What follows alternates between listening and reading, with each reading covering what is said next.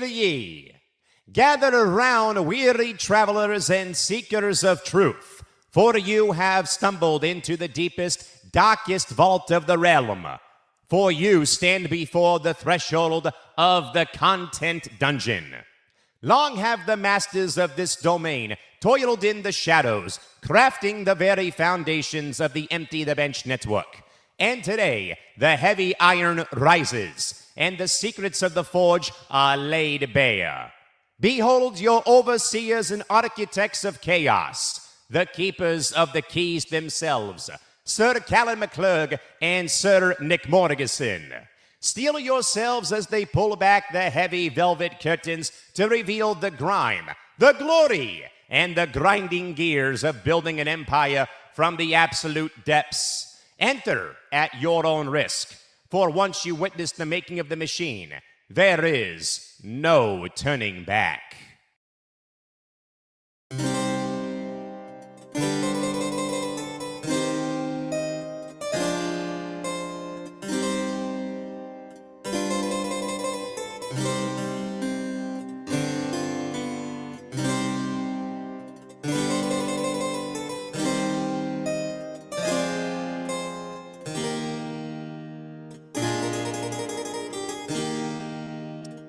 Well, hello again, my friends. Happy Tuesday. Welcome inside the Content Dungeon. We are in place of ETB Sports on this Tuesday, July 28th, 2026.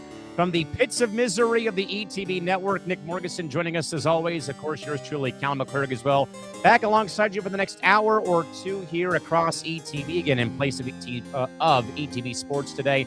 But then am I, Mr. Morgasen? We're back for the second day in a row. Day two. Give it up for day two. All right, Mr. Krabs reference. But yeah, welcome back to the Content Dungeon. We have a lot to discuss all of a sudden.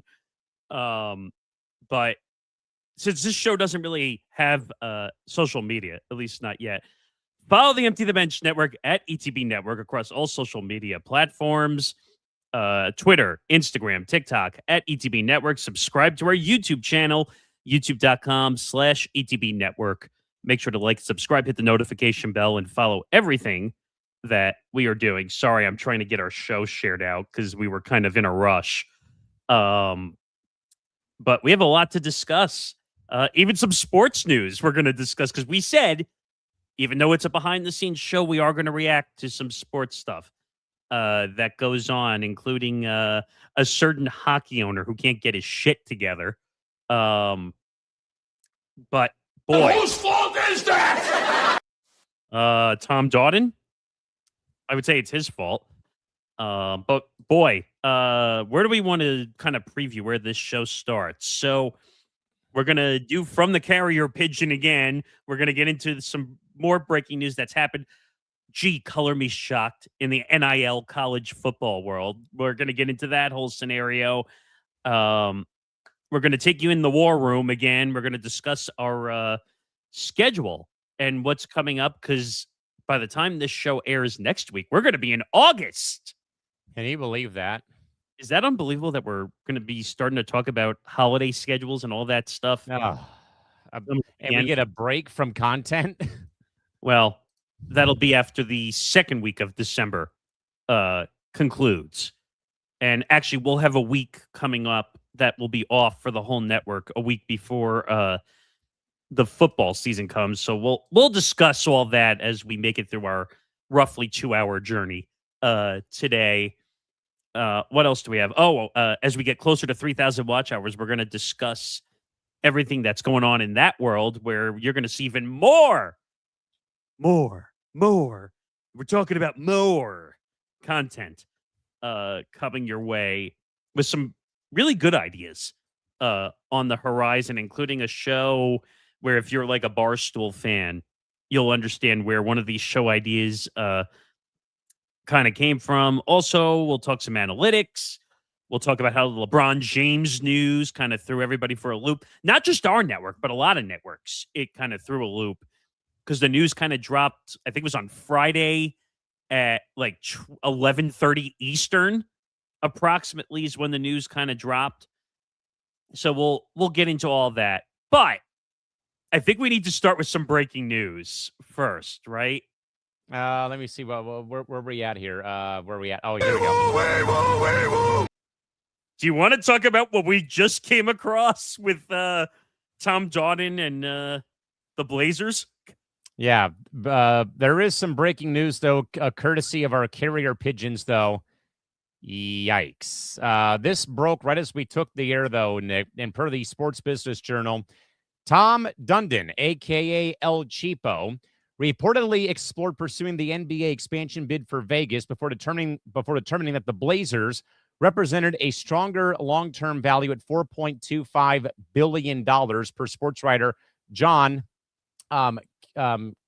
Canzano of Sports Business Journal. Okay.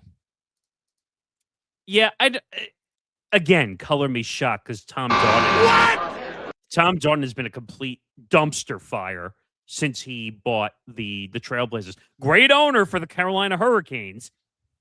Even won a Stanley Cup with the Hurricanes. So no one's questioning who he is as a hockey owner. As an NBA owner, not so much. Like, I'm going to let you take lead because you know him from a hockey perspective a little bit better, but what is this guy's deal?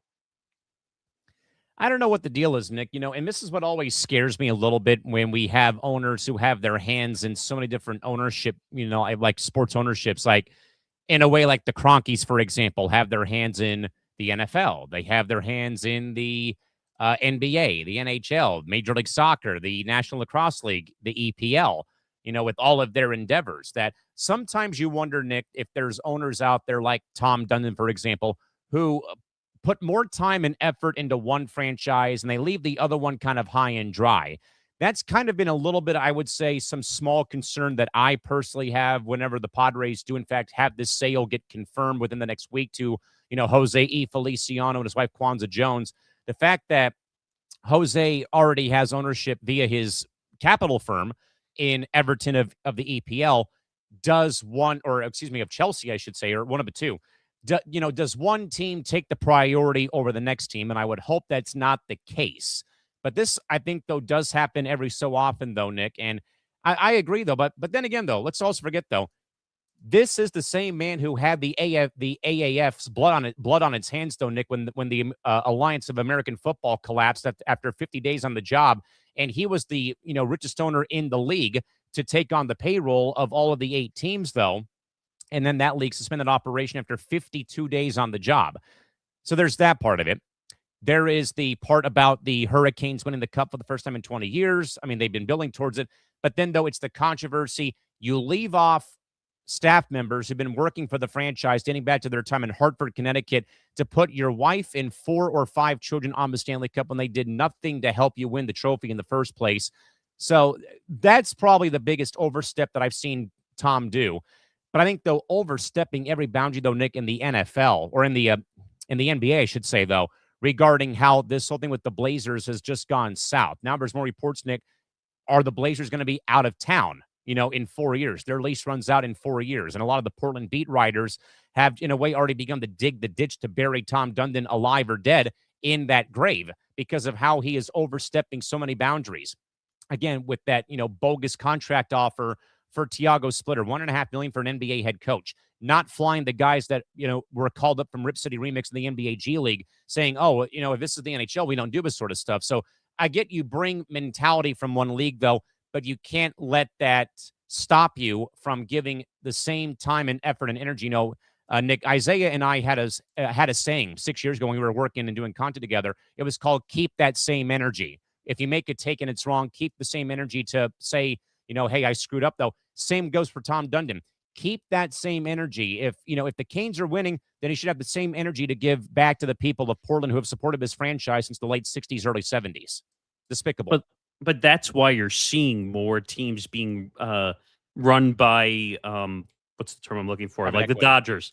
What? Private equity. Yeah, private equity, where you really think those guys care? They just run businesses, or not run businesses, they invest in business. They're a piggy bank for these teams. When you have private equity or investment firms running business, do they actually care about the day-to-day operations when it comes to running a franchise? Now, we've seen guys, rich guys, running 3-4-5 franchise. Go ask the Cronkies how that's working out. Oh yeah. Now you have the Walmart family who wants to get involved. What was the one they wanted to buy or were interested in? Walmart is interested now in the NBA bid for Vegas. Which, well, by the way, we haven't even mentioned the other part of this story.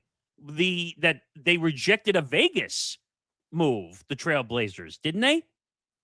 So what SBJ reported is that Tom Dundon himself was pursuing, before he bought the Blazers, Dundon reportedly explored pursuing an NBA expansion franchise in Las Vegas before determining that the Portland Trailblazers represented a stronger long-term value at $4.25 billion. So he passed on the bid for Vegas before he bought the Blazers. You know what, though? In the long run, did we dodge a bullet not having Tom Dundon in Vegas? I think so. Because the guy's cheap. He's got Mr. Krabs syndrome. Which again, I'll make as much money as I can. Yeah, which again goes. Yeah, but that goes again to my point, though, Nick, that if you're going to be owning multiple sports franchises, you better have the energy to put your heart and soul into both teams equally, not give one special treatment a la how Dundon or how Tom is regarding the Hurricanes. But so far with the Blazers, all he's done is alienate the former head coach and now ticked off the city, the county, and the fan base. How about I can relate to this one, being from New York with James Dolan? Meaning, does he really, in the beginning, I think he cared more about the Rangers than he did the Knicks. Now, I think he owned the Rangers first, I think, or was it the other way around? Did he own the Knicks? But he obviously cared more about the Rangers for years. Now, that makes sense because the Rangers were a more competitive team for many decades. The Knicks finally win a title. Now, all of a sudden, he cares about the Knicks. I mean, it's despicable what Tom Dundon stands for. James Dolan has owned both teams since '99. Neither team had favoritism, per reports. Oh, I don't believe that for a second. So that was when he bought both teams, that was 5 years post the Mark Messier guarantee series to beat Vancouver to win the Stanley Cup in '94. And that was the year that the Knicks lost to the Spurs in 99 in the finals, I think. Which they got the revenge this year. But not once, but twice, including the Callan McClurg NBA Cup final. But my point is, I think Dundon's a terrible multi-sport owner in every way, shape, or form. If he's doing this now to the Trailblazers, what the hell is going to happen when this Vegas franchise comes in? Now, I think he goofed big time because the Las Vegas franchise is going to have way more value than the Trailblazers are going to have. I wonder, though, would he have the money, though, by himself to pay for that exuberant $8 billion or $10 billion expansion fee?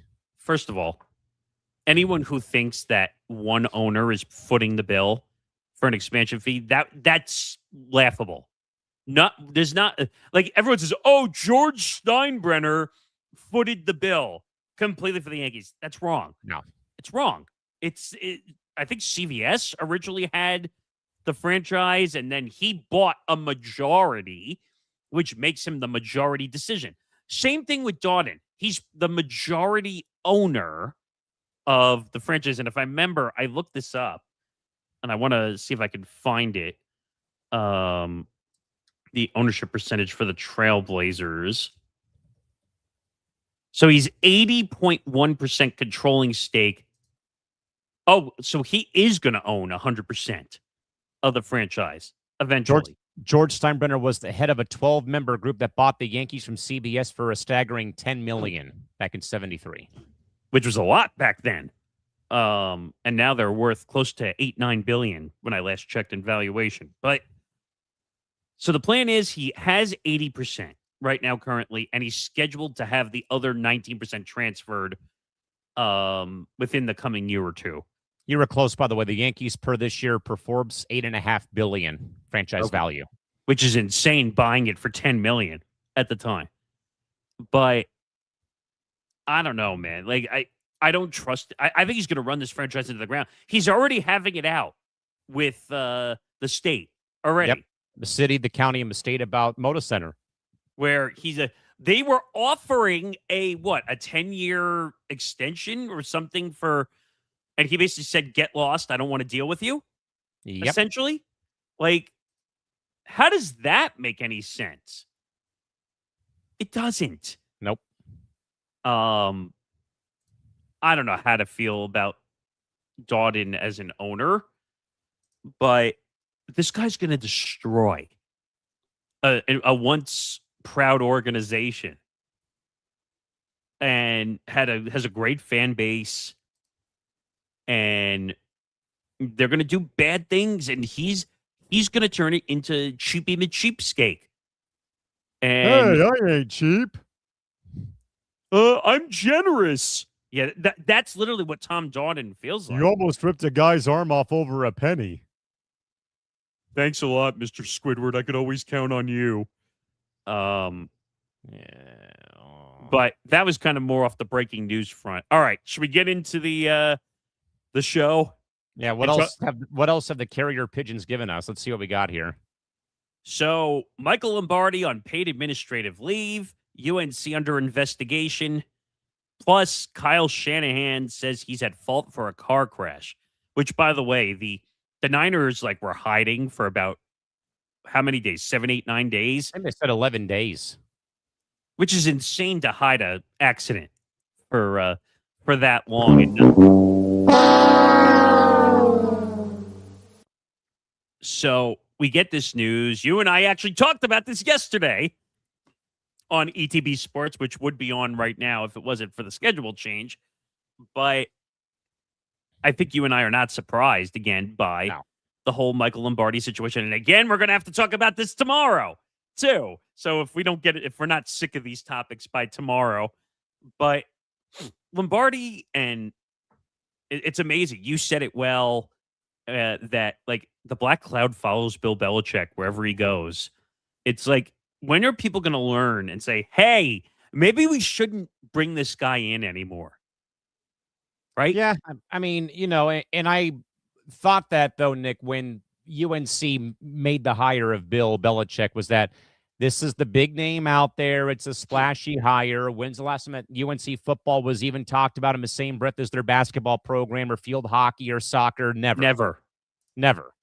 And this usually happens, though, Nick, where you have that big splashy hire and it doesn't work out right away.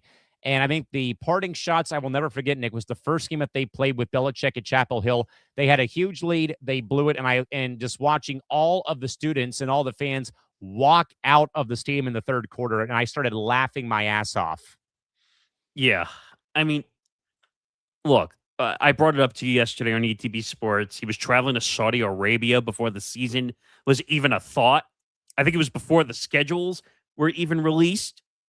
Yes. Oh, let me go get that foreign money because we need it to do more NIL. And it's amazing, and I will keep saying this, NIL is destroying collegiate sports in every way, shape, or form. But Nick, come on, you got to value all the college athletes. And guys, they're not supposed to be there to make money. That was never the original premise of college sports. The original premise of college sports was to go in, as you would say, get an education, which is what they should, even though I guarantee you more than 70 or 80% don't, that become professional athletes. And if you get a scholarship to play sports, then good for you. You accomplish something. But that's not what happens. Now with agents and all these and their posses ending up inside the doors of the college, is it about the school anymore? Is it about the education anymore? No, it's not. This is about how fast can I make this amount of money? How fast can I ring that cash register? And when I get to the and when I get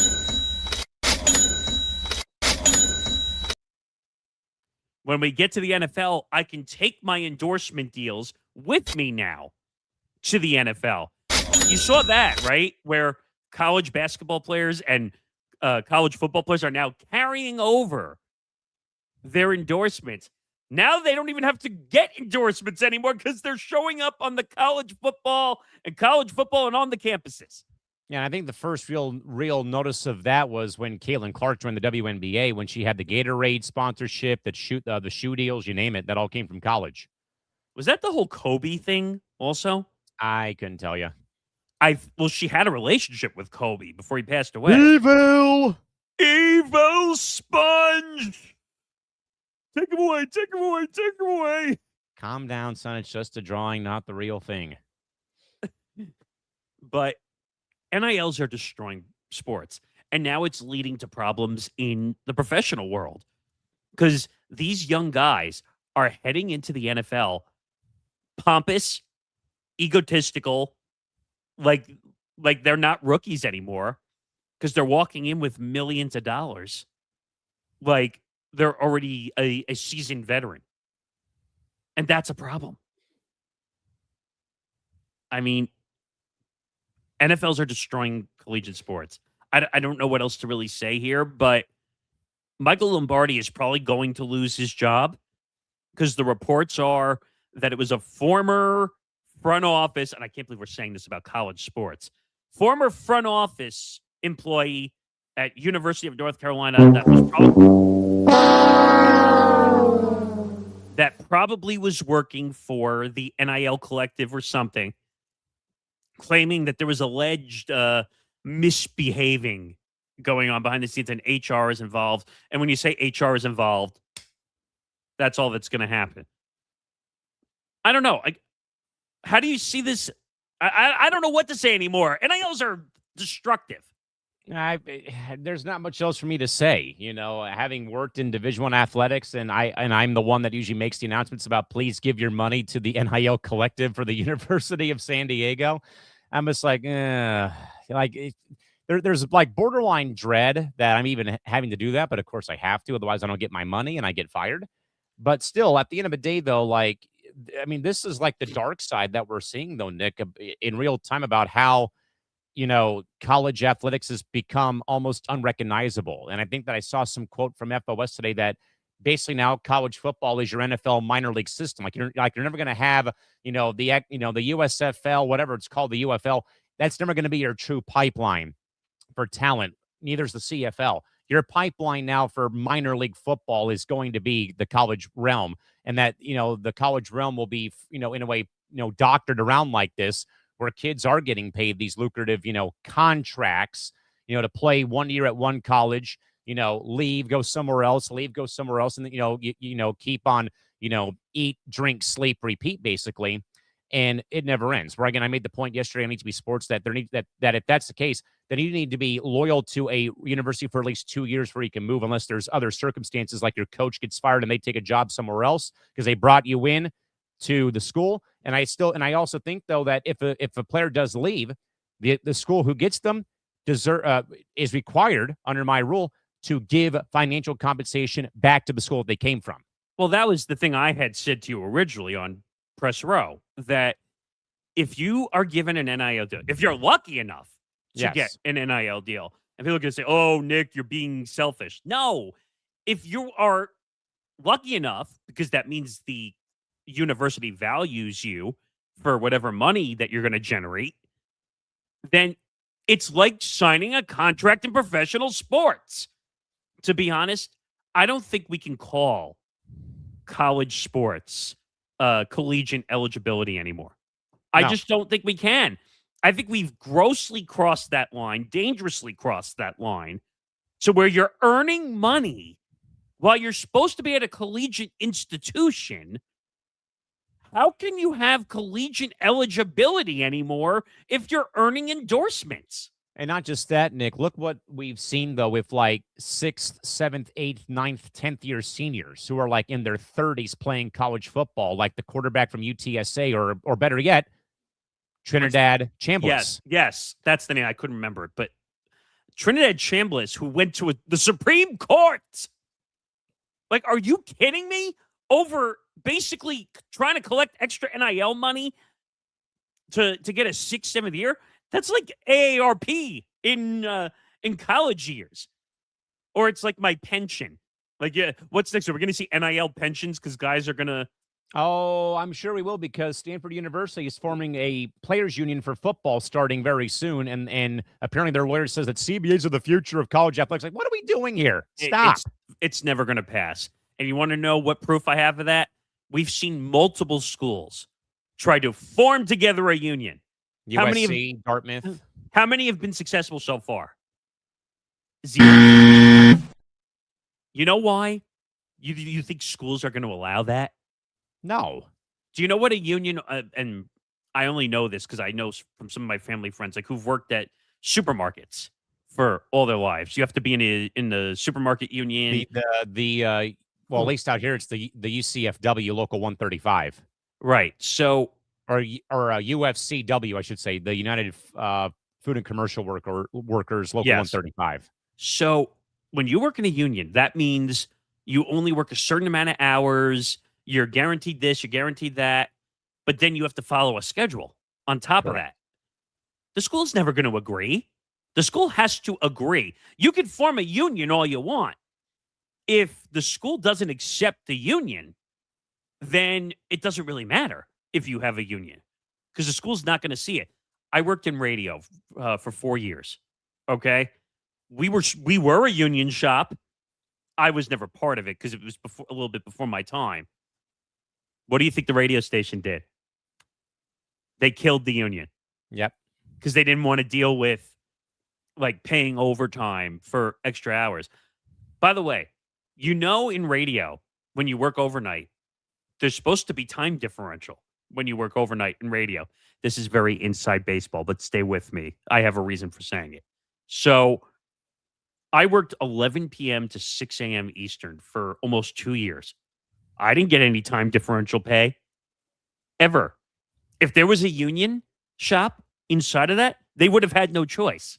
Right. They would have had to pay me like an extra $5 an hour, which in the long run, I know it doesn't sound like a lot, but it is a lot for the amount of hours I was working. What?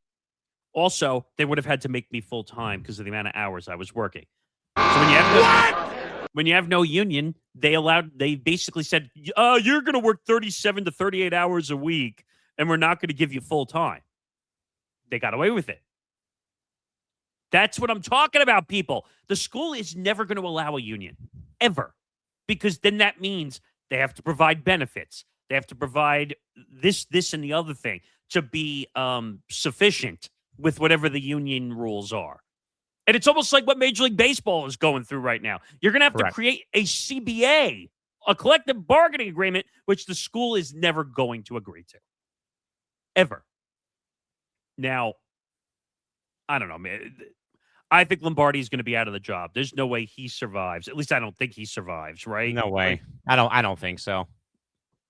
And I'm surprised that Belichick would hitch his wheels to Lombardi. Lombardi's had some issues in the past with some stuff, so I just found that a little bizarre. Same here. Now, the second story here, and then we'll get to the network stuff, I promise, is Kyle Shanahan, who was in a severe car crash. And I just want to look this up just to make sure I have. Yeah, I found it, Nick. Kyle Shanahan wanted to make clear that he was at fault for the car accident that left him with multiple serious injuries 2 weeks ago. Again, 2 weeks ago. Keep that in mind.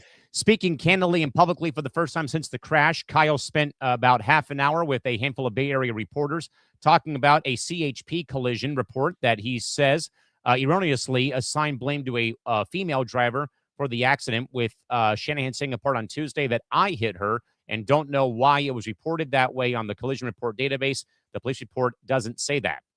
Shanahan then gave his full version of the events that led up to and through the collision between his Tesla Model S and the other driver's SUV, a crash that left Kyle with a concussion, broken left hand, nose, and 3 ribs as well as 40 stitches above his right eye, saying in part that I was going about 20 miles an hour, not on the phone, but I dropped my phone. It was stuck in my seats.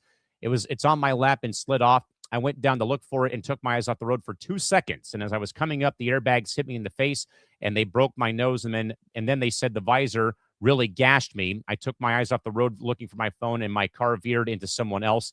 It's one of those roads where there's no forgiveness, where when I hit her, the impact was just so. I'll just never forget how violent it was, open and close quote.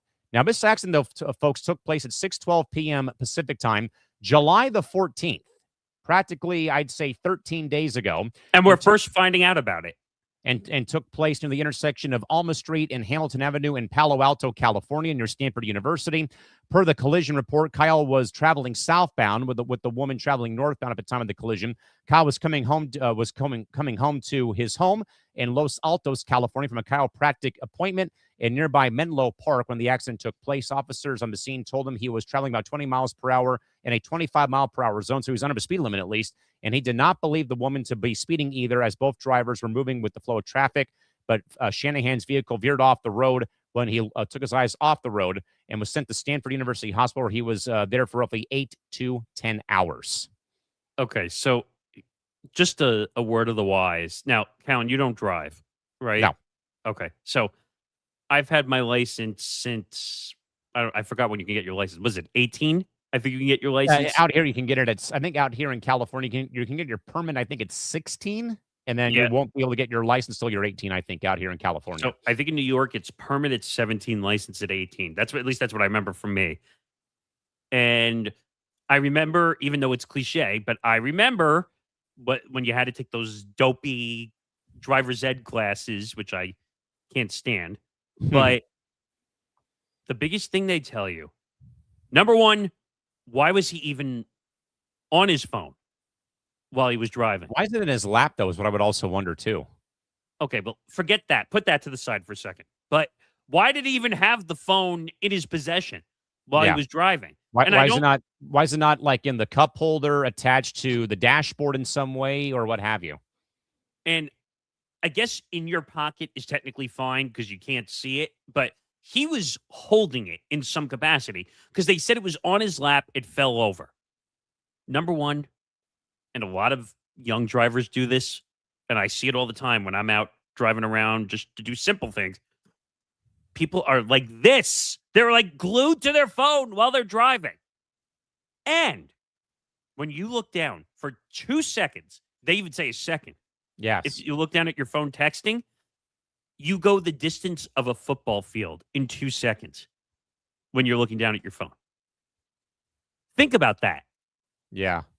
So a football field is about 100 yards. Yeah, 100 yards, yeah. Can you imagine going 100 yards in 2 seconds looking down at your phone? I don't understand why people think that, I could drive and hold my phone. No. The logic, I still can't figure this out.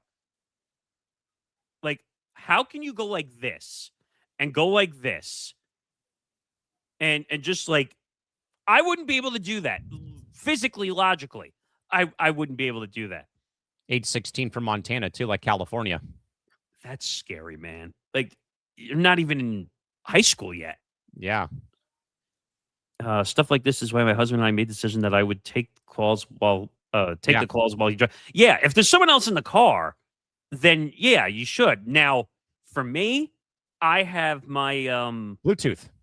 Well, but it also I have a what do they call it in the middle? Like mine comes up in my center on my radio.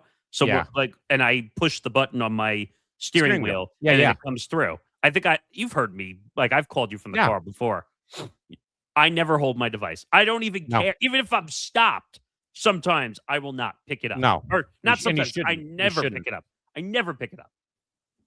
One, you don't want to, first of all, even if, like, say you're idling and you're sitting somewhere, I think you could still get a ticket if you're holding your phone because that's considered a live vehicle, even if it's in park. Because what happens if by accident I'm holding my phone and I accidentally hit the gear and then I push the pedal and I go forward? I can go through the fence. And you bump somebody, exactly. So I don't know what and this is the biggest offense. The two biggest things. Cell phone, if it falls down, do you know what the biggest offense is, though? When you're driving, what distracts the driver the most? When they drop food. That didn't surprise me.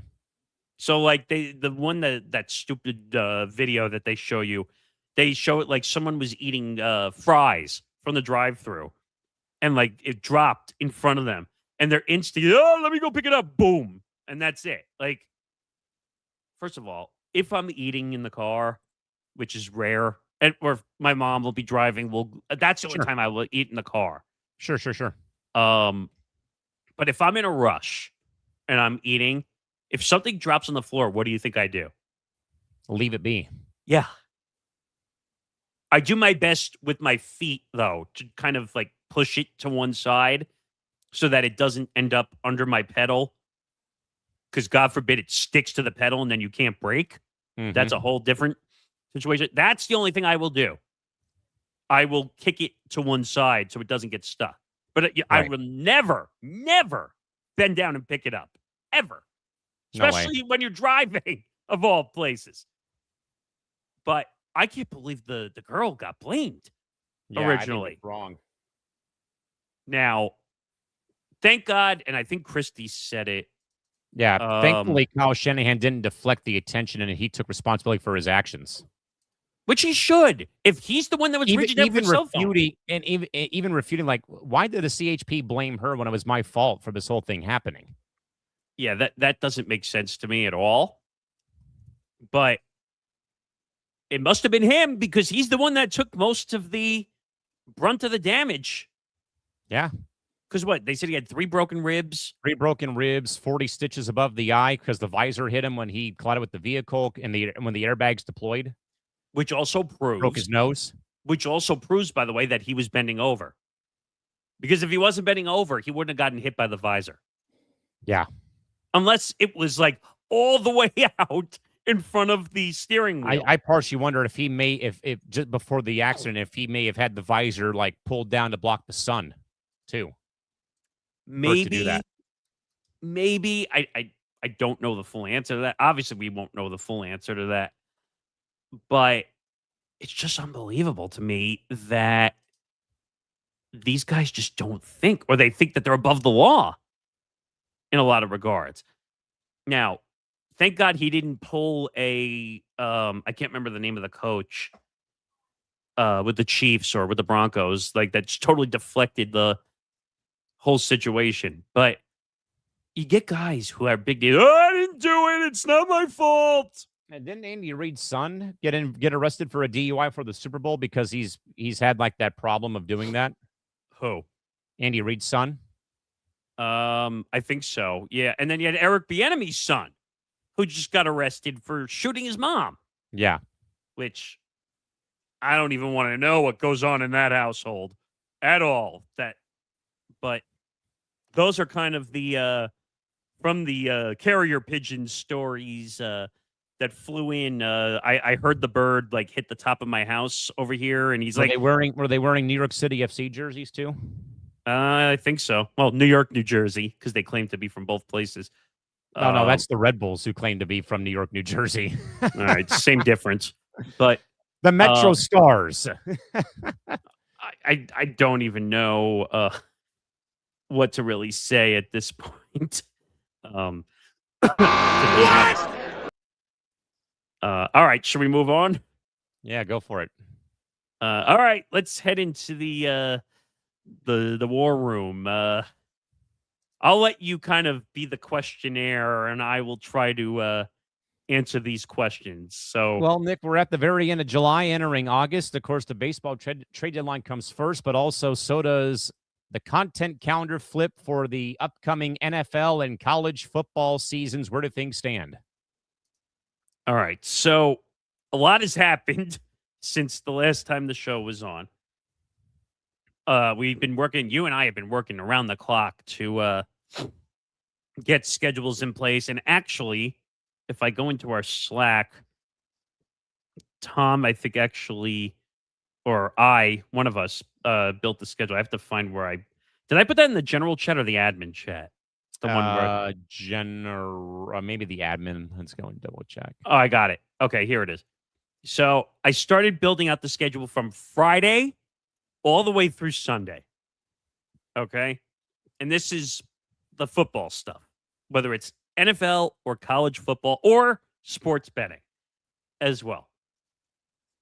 So we didn't have this much scheduling originally last year. We were nowhere near this amount of content.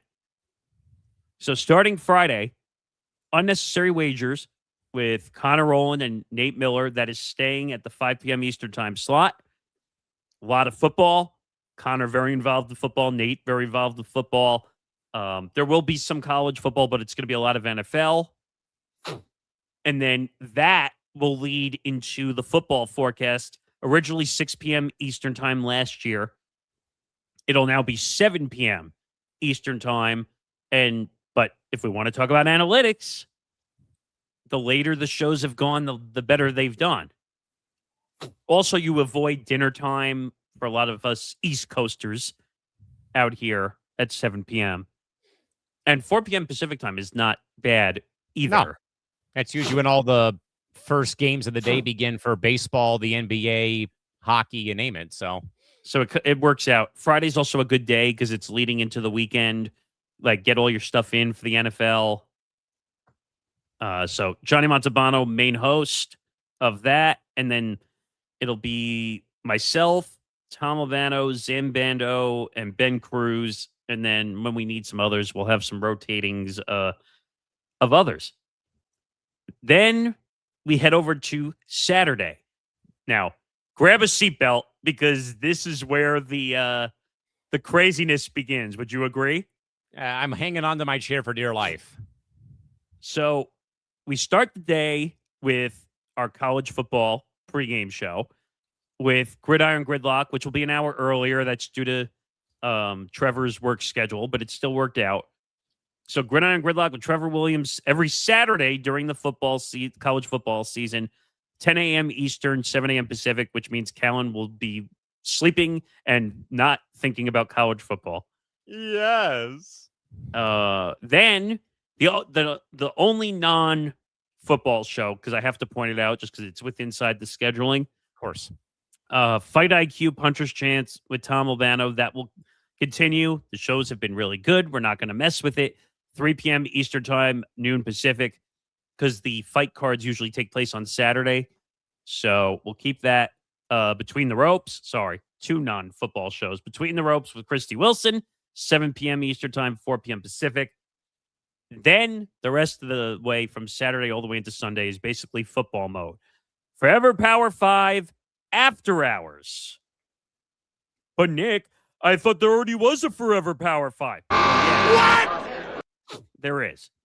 If you heard me last show, Forever Power 5, Zambando and James Myers are going to be doing Forever Power 5, which is the flagship college football show, Wednesdays from 7:30 p.m. Eastern to 8:30 p.m. Eastern. And because Nick D wanted to add another show to his busy schedule of shows, he will be doing Forever Power 5 After Hours. Now, it's going to be a little TBD-ish during the season because it all depends how the games are scheduled out.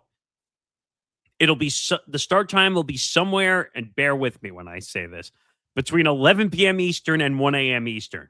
What? So Trevor will bring you the before the college games, and Nick D will bring you the post after the games. So we're covered. It's almost like our own version of ESPN, like from a college game day perspective. So that's Saturday. Now we head into Sunday. Zanzinger Part 2 with Zambando and Will Charlton. Yes, you're probably wondering what happened to Noteworthy in the NCAA. Unfortunately, Will can't do Noteworthy in the NCAA. He just moved to, was it Nebraska. Missouri? Oh, Nebraska. Sorry. And he's going to be working 6 days a week. He came to me and said, I love what I was doing. I'd like to do something. So I said, okay, we figured it out. He's going to be part of Zanzinger Part 2. So Zan is going to do the first half an hour, and Will is going to join for the second half an hour, and they're going to do a bunch of college football recap because that's usually Sunday's like the end of the week usually for college football. Get ready for everything at the beginning of the coming week. The show will be 10:30, so it's a half an hour earlier, 10:30 a.m. Eastern time to 11:30 a.m. Eastern time, full hour. Only in both football seasons will it be an hour and then a half an hour earlier.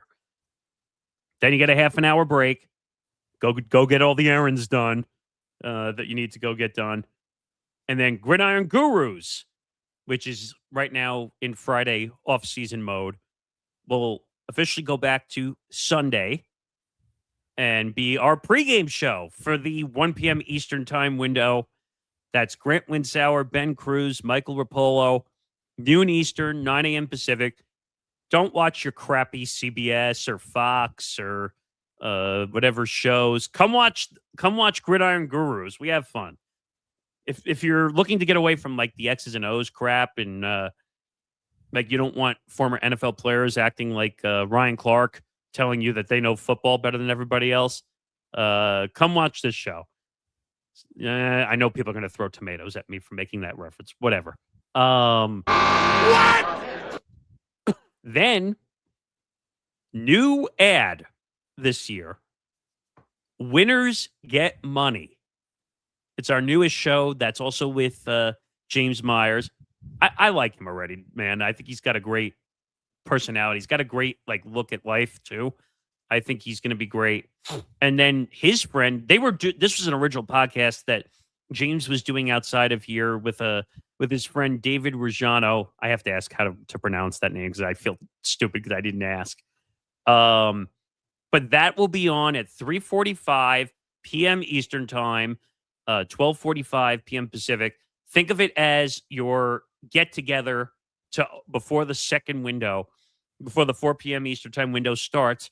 And the show can run as late as 6 p.m. Eastern time, meaning they're going to get you ready for the first 15 minutes with all bets and props and over-unders and all your favorite bets. And then they're going to stick around. Now, we can't show the games because we're not playback anymore, but they're going to stick around and they're going to kind of do some NFL red zoning. And they're going to... You never know, someday. But they're going to stick around as late as 6 p.m. Eastern, and they're going to kind of do the, as you like to say, the grand circle tour of the second NFL Sunday second window. And then to finish off the day, the ETB Lounge. Yay. With this guy over here. Hi. Nick DiMartino, Connor Rowland, and David Waitman. Those are the regulars. And then there'll be a smattering of other people that will be rotating through that cast. So that is the long weekend for football content. Yes. Carrier pigeons have arrived at my window, sir. Oh, what? Oh, I saw this. Live Golf to cancel $40 million season. They don't have any money. Bye-bye. No. No. Hey. Goodbye. So, All right, get Alan Shipnuck on the press row line. Let's go. we might have to. I have his email. Speaking of press row, remind me of something I have to mention about press row in a little bit. Ah, yes. But give me your reaction to what I just laid out, and tell people like what to expect, because this is a lot I just dropped on everybody. Yeah, I mean, this is the best time of the year. I will, admit that with full respect for what the NFL and college football is, though I don't approve of it, nor do I care for it. But it is, though, where, a lot of people come over the course of their fall and spring and you name it. And more importantly, I think, though, Nick, especially with how content has grown, I think, for football all year round now, at this rate. but also, especially, I think, though, now that you factor in so many things involving, where gambling is gone, where wagering content is gone, and that now you can attack it, though, from so many different angles, with Trevor in the morning, for example, on Saturday with Gridiron Gridlock. Then you've got, the after hours program for FP5 starting on Saturdays, mixed in, though, with, Tom again with, UFC and MMA still happening on Saturdays, BTR, with there being PLEs for WWE on Saturday still, including coming up from Minneapolis for a 2-day event for SummerSlam, for example, that, there is so much content coming that, of course, Sundays are going to be just absolutely loaded. And I think, though, that is a great thing, though, especially, Nick, when you're a part of a network, though, chasing these milestones, those we'll talk about more here, in a bit, that, this becomes an absolute content goldmine over the next, 6 months, 8 months? 6 to 8 months. And then actually it travels into college basketball. Right. Too. So I don't want to forget that standpoint. By the way, thank you to the 300 plus people who are in here watching. Gladly appreciated. Thank you for everybody that's enjoyed the show. A lot of positive feedback I've gotten from some people that they actually like learning about the inside of the dungeon. Pit of misery. Dilly. Yeah. But is it going to be a tall task to complete this content schedule? Sure. But that's why we're an admin team of 4. And we're doing our best to kind of split the work up and bring it all together, which we're getting into. Also, I see the last thing on the bottom too. The ETB Fantasy Football League also. And so we are going to have an ETB Fantasy Football League. We're probably going to have at least 10 people in it. And then we're going to be doing what's called an ETB Survival Pool. Not Survivor Pool, because the WWE would come after us for copyright infringement. Clown show! Clown show! Clown show! Brian is a clown show. And we know you have a football team. Anyway. I don't have a football team, but you do have a football team. I'm an Oakland Raiders fan. Anyway. I'm jumping up and down. I'm so giddy.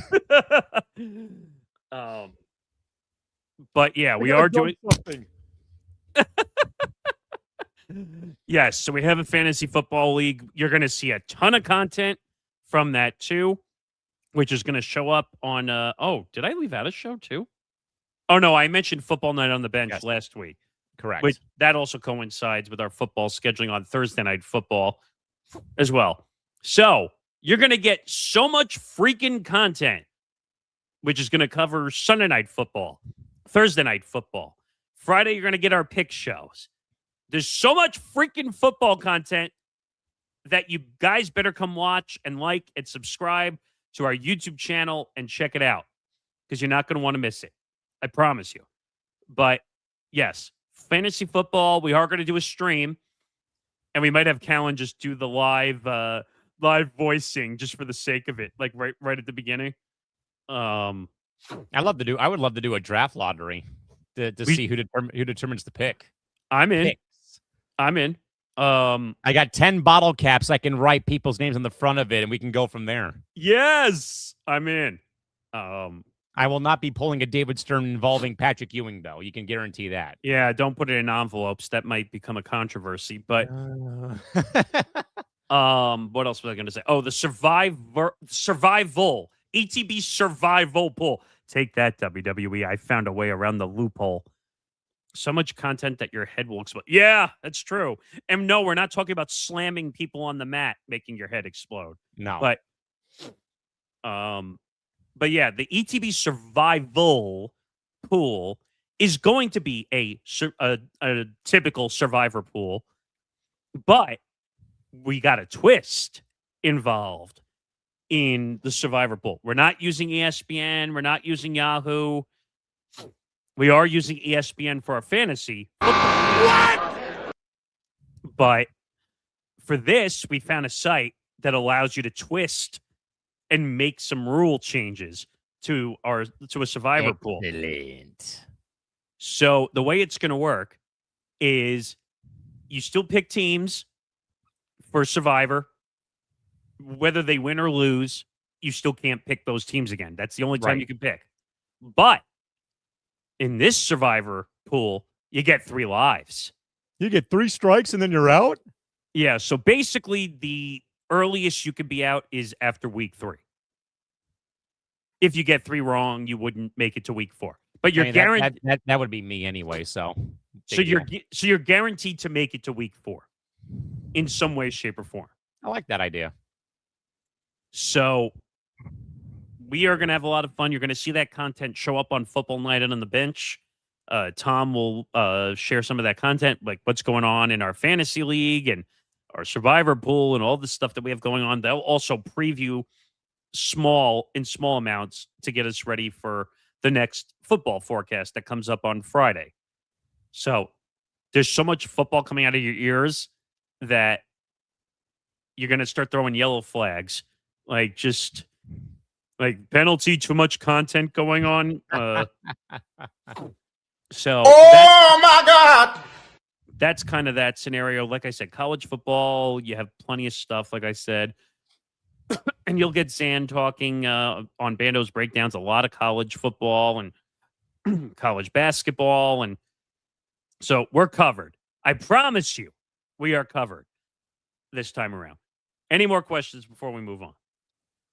I think that's it for this portion of the program, Nick. How about we go to the Blacksmith's Forge? All things 3,000 watch hours coming soon. Yeah, so we've been on the mad dash for this scenario. And you know what? I'm gonna do something for the first time I haven't done in a long time. And I'm gonna pull up. I'm not gonna put it on screen, but I will. We're gonna discuss our watch hours. So if I go into our section here, we have 2,750 watch hours right now. 2750. We are 250 hours away. So I'm going to sound like a broken record, but go subscribe to our YouTube channel, youtube.com/ETB network. Go and watch our programs. What the blessing of being live, the shows are instantly ready for replay. That right is a after they factual air. statement. You don't have to worry about waiting another day or two. You get it right as soon as the show goes off the air. So, Nick, I missed football forecast on Friday, and can I watch it on Saturday? It's already there. You can watch it technically when the show ends on Friday night if you want. Yeah. It's instant gratification. That's the new buzz phrase in the content podcast world. I need instant gratification. I need to be able to watch if I missed my favorite show. Well, it'll be ready. Forever Power 5. Oh, I missed the college picks and stuff. Can I watch it on Thursday? Just make sure you watch it before the games, or watch it on Wednesday night.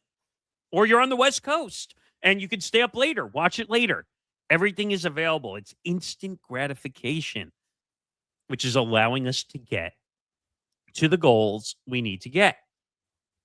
Now, you've been very high energy on this, so I'm curious to hear your thought process on this 3,000 watch hour journey a little bit and where this is going, because you and I have had a lot of conversations about this.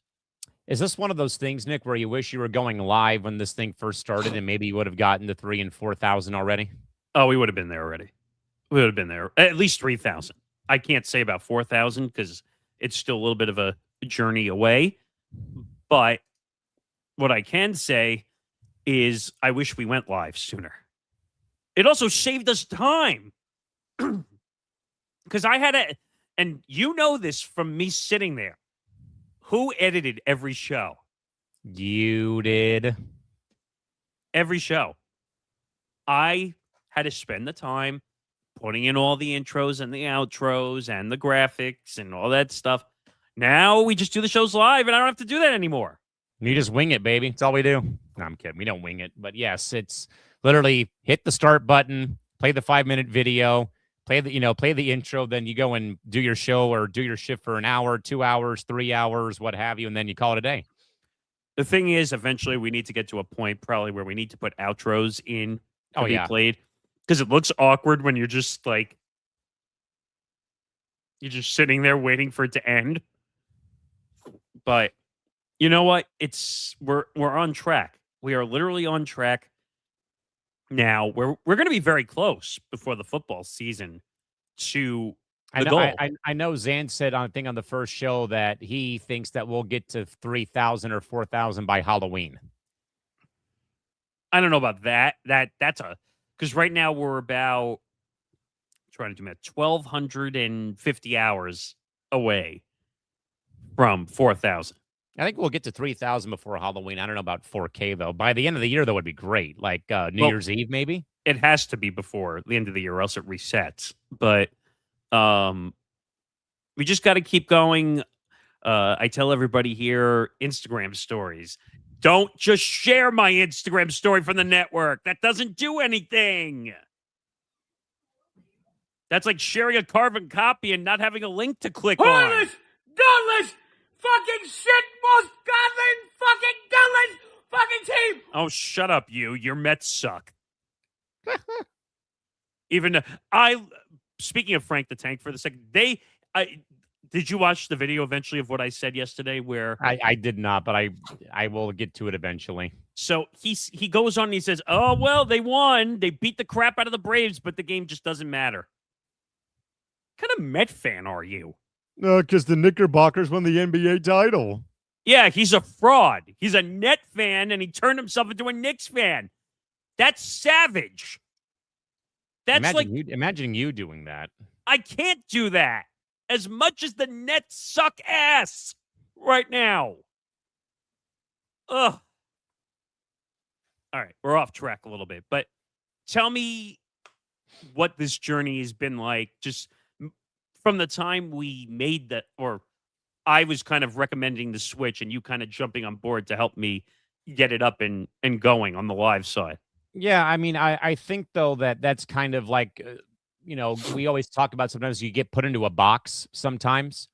And I kind of was noticing that a bit of just like the extra layer of stress and, hours that were being put in.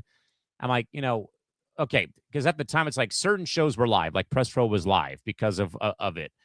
Of like just the nature of it. And I'm sitting here though, joining, this time, back in April of last year, like, man, with as quickly as the sporting news cycle operates, talking about it on one day and then you wait 48 hours to put out the content just didn't quite like feel right, I'd say. Because I think, as you've made the mention, Nick, though, so many times that sports fans like us, we're so hell-bent in a way on having the instant reaction. Just, we have to swipe for everything.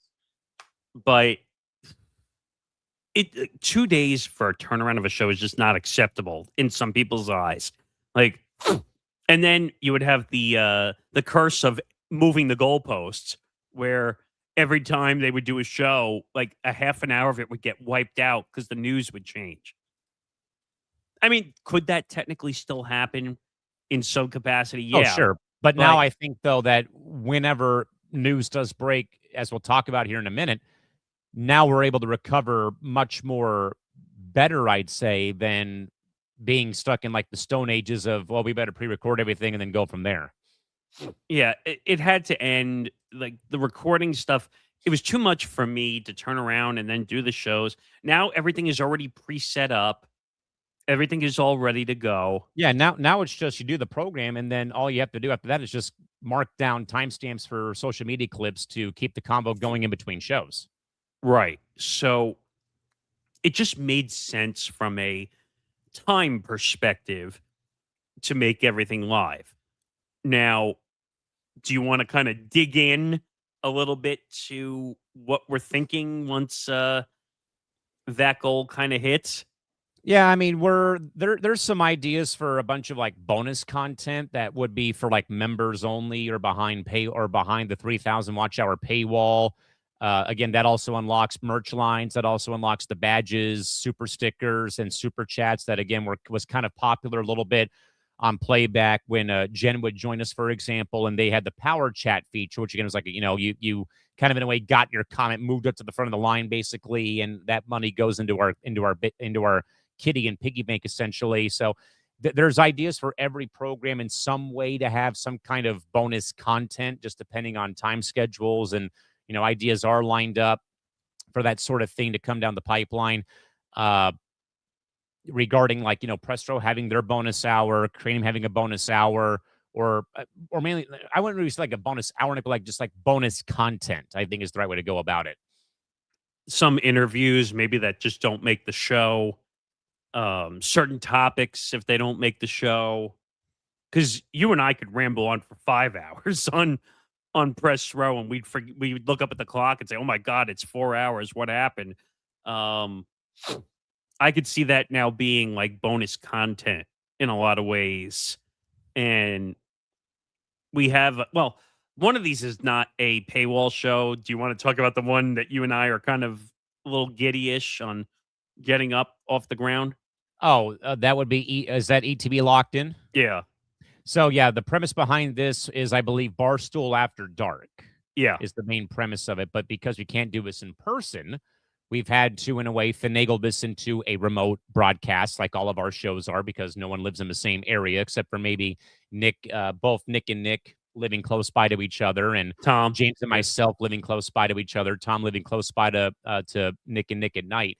And so what we're thinking of doing here is a inmates running the sports asylum program, where these two gas bags on your screen would be the two guys in charge of running this sports asylum. And the only way for the inmates or our fellow host and even you, the fans, to break out of this and escape the jail is to solve sports puzzles. That involves the Immaculate Grid, that involves Sporkle, the connections puzzles in the New York Times with The Athletic, maybe even a spelling bee to spell ridiculously long sports names out there like Jared Saltalamacchia. But anything, though, Nick, that could bring people in like we have right now here to get more engagement in our chat box. Again, with what we talked about, I think a couple of shows ago about, having a professional auditor look over the channel, for example, about where we're, hitting and missing. But I also think, though, to further grow a community, though, Nick, people, I think, also love like the blind rankings, for example, of certain things. I think that there is one channel I follow. I think Giraffe Neck Mark, I think, who's a Mets fan, or he does some video game content and some ranking stuff, though. So we kind of have built the premise around that, but also that you can't use your phone, you can't leave the room or leave your desk to go use the bathroom, for example, because this is like you're being watched in a maximum security sporting prison.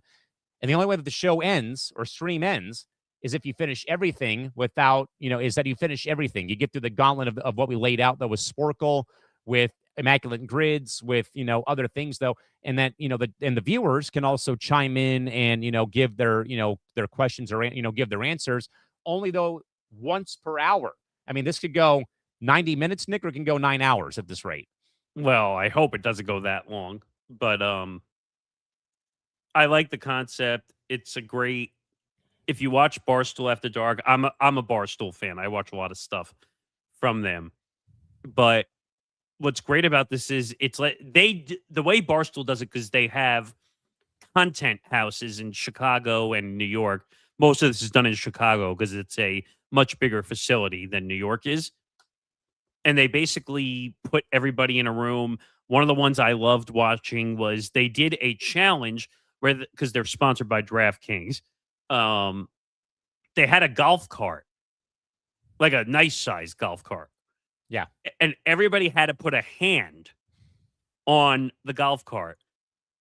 And it was for a nice size, cash prize. I don't remember what. I think it was 25 or 50,000. And whoever was the last person holding on, and this went on for days.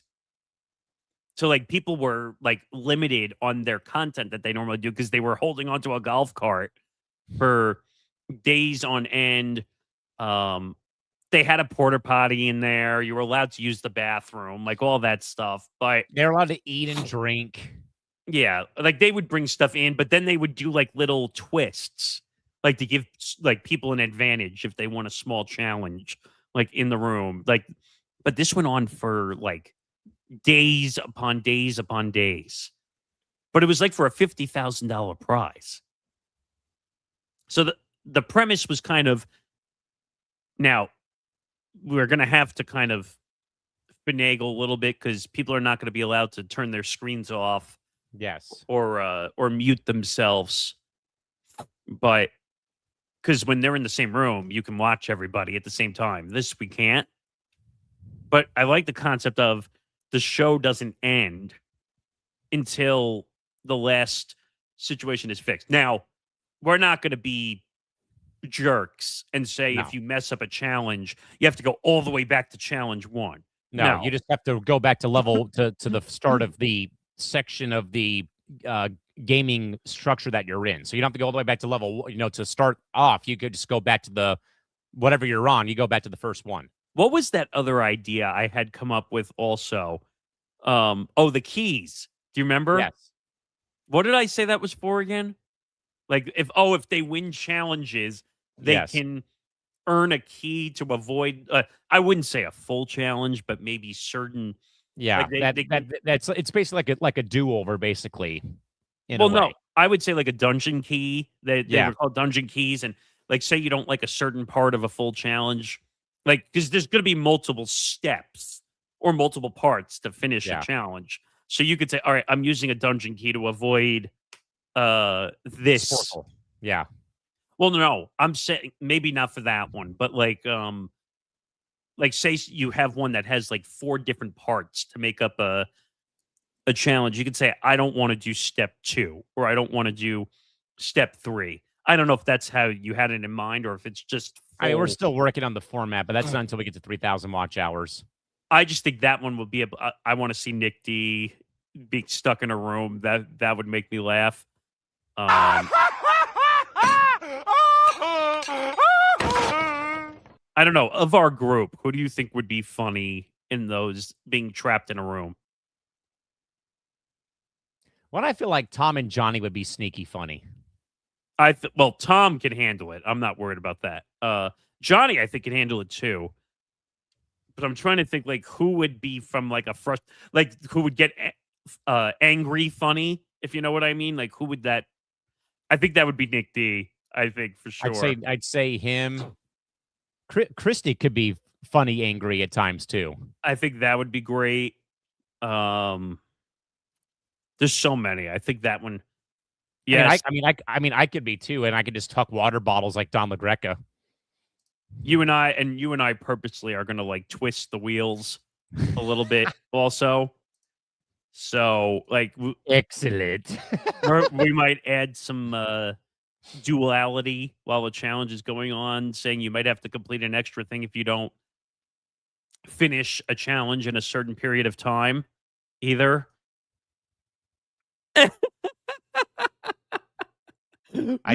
did. Surely you jest. But yeah, that's one idea we've talked about. A lot of shows will have bonus content. Funny enough, with Christy being in here, like I've said to her, maybe we do watch-alongs. Maybe like once a month we do an extended show. And you take it into the beginning, maybe the first 15, 20 minutes of PLE with AEW, maybe WWE, who knows? I keep forgetting which one it is. Is it Revolution or AEW Collision? Collision, sorry. I think they had Revolution. They got rid of that, right? I think. But I think so. I think that would be interesting for the show. Oh, Collision. Yeah, Collision. Only on TNT. TNT. Okay, ACDC. It's one of my favorite. Well, the only reason I know it is because of Tony Hawk's Pro Skater, the video game. I know a different AC/DC song for a former Major League closer. Oh, yeah, well. Oh, I was right. Revolution is a pay-per-view. Okay. Close So enough. I know they got rid of one of them. I couldn't remember which, but Dynamite. that's right.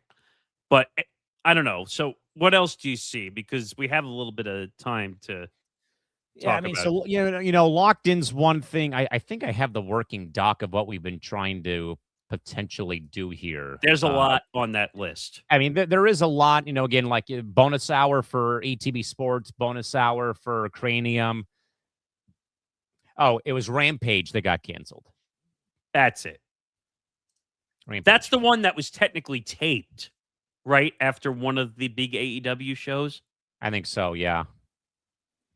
I'm going back to try to find the what we conjured up here. So, for example, I believe, Nick, that we talked about a potential like opening the vault with yourself and Tom to look back at the whole network history. Oh, actually, Empty the Legacy was the name of the show. I have a graphic for it. That's kind of a little bit of a spin-off of like this, a little bit in a sense, but that would be more of like the whole network history in a sense. But that one's going to have to wait until we grow bigger and we can be financially stable. Yeah, I mean, at one point, this show was actually going to be a part of the 3,000 watch hour content, and it might move there at one point eventually as time goes on. So there was that one. ETB Locked In, we already talked about that. Maybe a bonus hour for the lounge. Again, all these are just ideas. But that would be separate. A fourth hour. Yeah, a third hour. Sorry. Yeah, that'd be something again for Press Row, Cranium, more with ETB Sports. One of them that may or may not blossom was one involving myself, involving maybe Ben Cruz as well, involving sports memorabilia and card collecting as well, because I collect a lot of shit. I have a lot of stuff too. That card collecting is huge, except for on TikTok, where apparently Fanatics and the NFL and TikTok, Fanatics, and the NFL basically are now getting sued. Yeah, because remember, you and I were talking about how big card breaking was on TikTok, and now I don't see it. Yeah, but it still lives on because I still follow a bunch of friends of mine who are in the community who are card collectors who still do their stuff on YouTube. But it's not. I don't see it as much anymore on TikTok. Like TikTok kind of got a little bit in the weeds, if you know what I mean. In a controversy. And Christy is one of those too when it comes to action figures for wrestling. Well, what are those other things called? Funko Pops. She collects Funko Pops. I have a couple of Funko Pops. I got a bunch of bobbleheads, bunch of old jerseys. I heard that's like a big thing, like the Funko Pops. Like they can be worth some money. Yeah, bobbleheads are a huge thing in sports too. Like I'm a memorabilia card collector. I've showed you the book before. Like I have autographs. Oh, yeah. Well, I mean, I have one of my favorite cards right here of the legendary Walter Payton right here. Oh wow.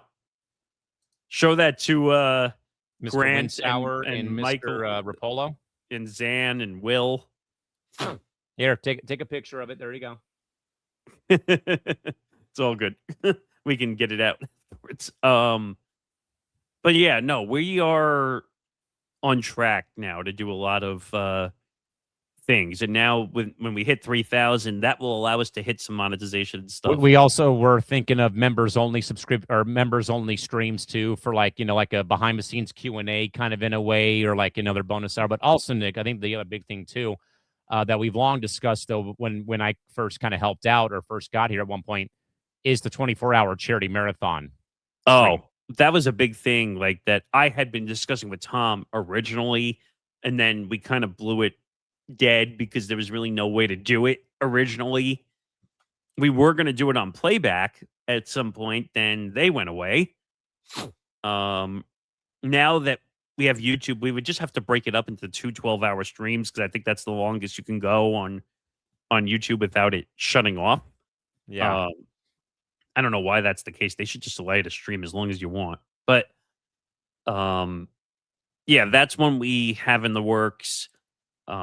But it's going to be hard to get everybody together. That's the biggest ordeal hurdle. But we could pre-tape some stuff from people to help get through it. It might make sense to do it in the summer, also when people are off. So yeah, that's something that I still want to do. What was the name of the organization I was really what I wanted to do? Oh, like the My Wish stuff. Yeah, Make-A-Wish, all that good stuff, yeah.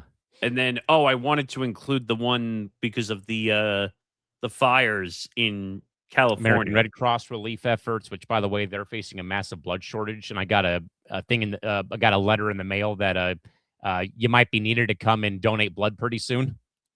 Have you always done that or no? Always have, yeah. I get nerved even when I have to go for a blood test. Yeah, I've been used to it. I don't mind it.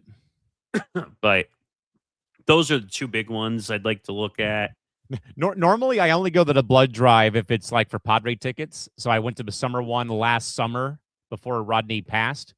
So I went to it and I got a pair of tickets to watch the Padres play the Mets. Actually, I think last summer. Are they good tickets or no? They're decent sized tickets. I mean, they're in the upper level. It's usually for like a day game on a Wednesday afternoon. It's not terrible. Yeah, I mean, all that though was led, and this will be like a cool plug, which for small market. I think a lot of people remember, maybe don't remember, former Charger kicker Rolf Benershka. By chance, Rolf, of course, played here in San Diego for a long time. But Rolf was the first athlete I could think of that had suffered from Crohn's disease before people really knew what Crohn's was. Because there was a story, Nick, I think in the late 80s, when the Chargers were coming home from playing the Patriots in Foxborough. On the flight home, Rolf had collapsed on the plane in the aisle. They had to rush him off the jet when they got back to Lindbergh Field here and rush him to the hospital. And that's when they found out he had ulcerative colitis and Crohn's. And he had to wear like the bags, the chest, like the stomach bags. And the famous photo of him being walked out to midfield by Louis Kelcher when they played Pittsburgh at home, made its rounds though. And then he came back and was at one point the all-time Charger point leader in history. He's the reason why that the blood bank here in San Diego has gotten so much publicity for all the right reasons. Then, of course, the Chargers had their blood drive that was massively followed here for so long. They would give out shirts every year, and Rolf would show up and shake the hands of people who would show up. And now that lives on with the Padres blood drives. And Rolf's been a great ambassador for the blood bank, but also Rolf Benershka is now the chairman of the San Diego Zoo Wildlife Alliance because his dad, Dr. Peter Benershka, was a renowned zoologist here that worked at the zoo in the Wild Animal Park. And the Benershka family has their name on one of the bird aviaries at the zoo in downtown. And Rolf used to donate money after he would kick field goals for a foundation called Kicks for Critters back in the day, because his dad was a huge, well-known, respected zoologist here in town. So it's funny, Nick, about how, we remember athletes for certain things, but then you hear the story of what Rolf went through, though, battling Crohn's and ulcerative colitis. And then here he is now all of a sudden, being this great ambassador for this great city of San Diego. But now he makes it a point to go to all these blood drives, Nick, and shake the hands of people who donate their blood to, for triage and for, whatever. And especially now, Nick, that the news even said the Red Cross is now facing a nationwide shortage in blood. Get out there and donate if you can. You know what it made me think of when you were talking about the animals, or the zoo? Oh, what's her name? Jane Goodall. Oh, yes. Because she was the one that was famous, going on all the shows and talking about the protection of monkeys, right? Like and that wildlife. Jane Goodall was instrumental when Disney wanted to build Animal Kingdom in Orlando, because there was a lot of public backlash about Disney's going to put a zoo out here. But Jane Goodall said, no, they're gonna do this the right way. And I know, Nick, that you know very well as I do from when I've gone there. It's been 5 years, but Disney does have licensed, registered, nurses and animal caregivers and animal nurses. It's an animal sanctuary. On the property every day of the week, 24/7.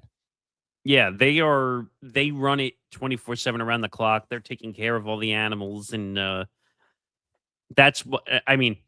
I still question whether doing the tour, going through all the different areas, is safe. I don't know. Because aren't you kind of like disrupting habitats by doing that when you're driving through, when you're on those tours? Oh, like the Kilimanjaro safari at Disney at Animal Kingdom. I mean, kinda. I mean, the Wild Animal Park here, the safari park here, but it's the Wild Animal Park.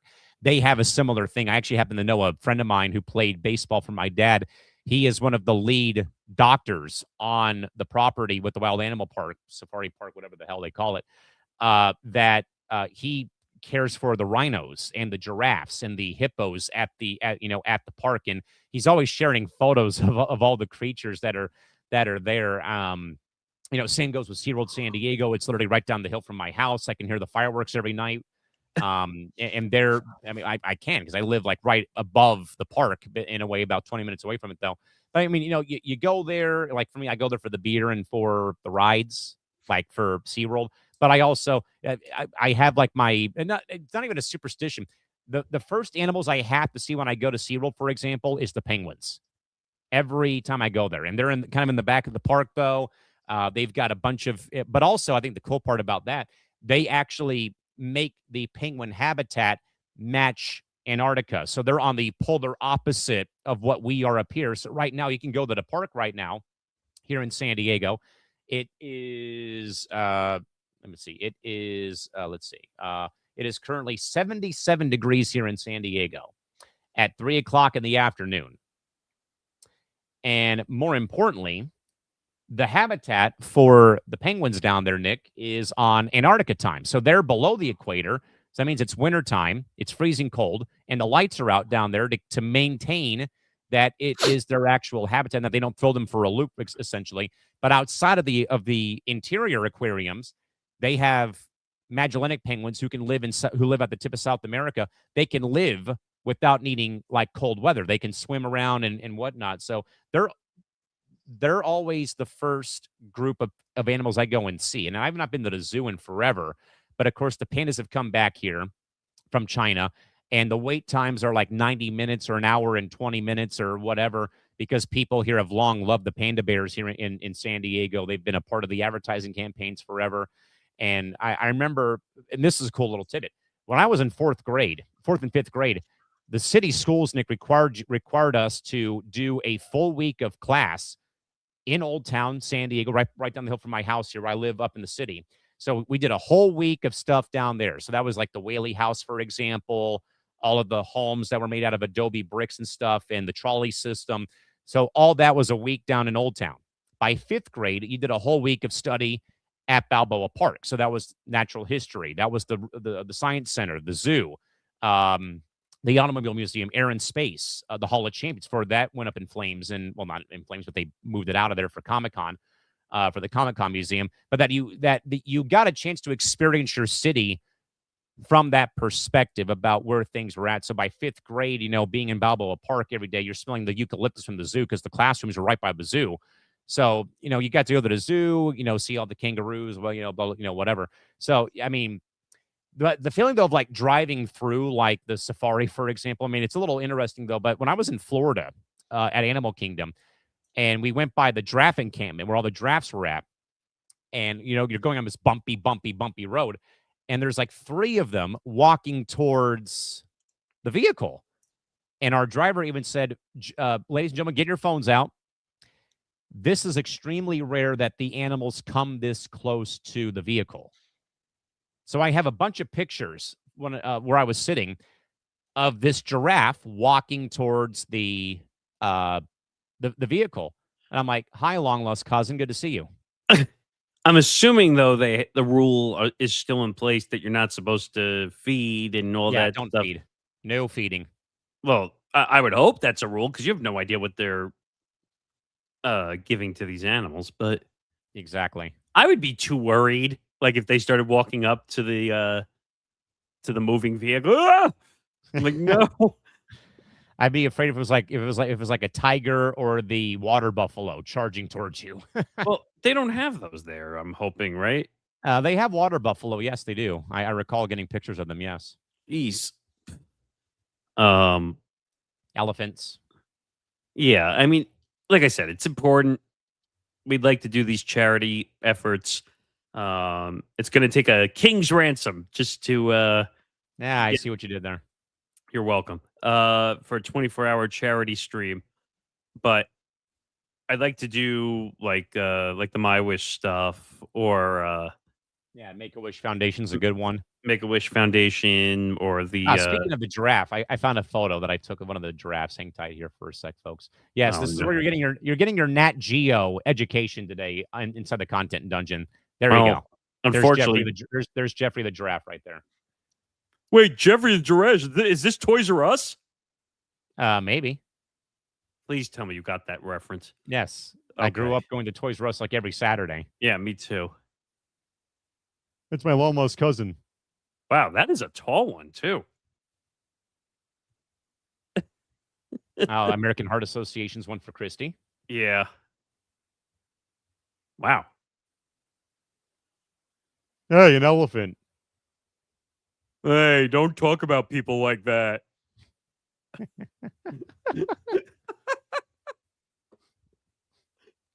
Oh boy.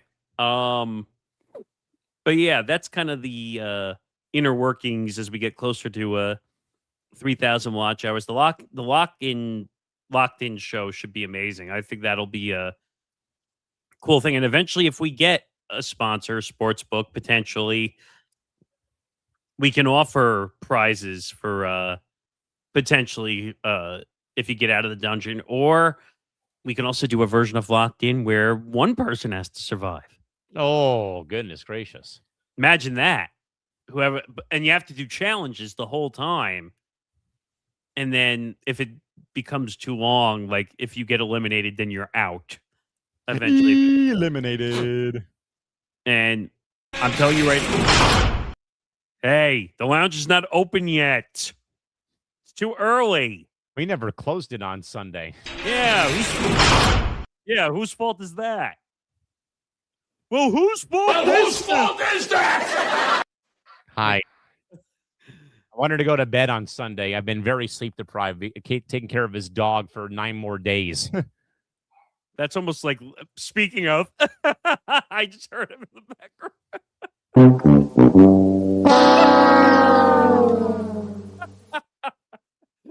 Gotta love Ozzy. Yes. But no, we have a lot to look forward to, and we're on track to finally hit monetization, which is a good sign, and will allow us to be a little more flexible to do stuff going forward. And like a certain somebody who will never be monetized with this content ever, take that. Oh, here's right. a good one, Nick. What? As we unfold the scrolls of analytics.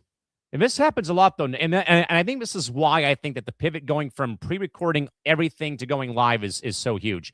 How ETB can instantly pivot production lineups when unexpected sports news or earthquakes, like LeBron's move to Philadelphia, derails a show rundown and even disrupts our flow of the day for scheduling.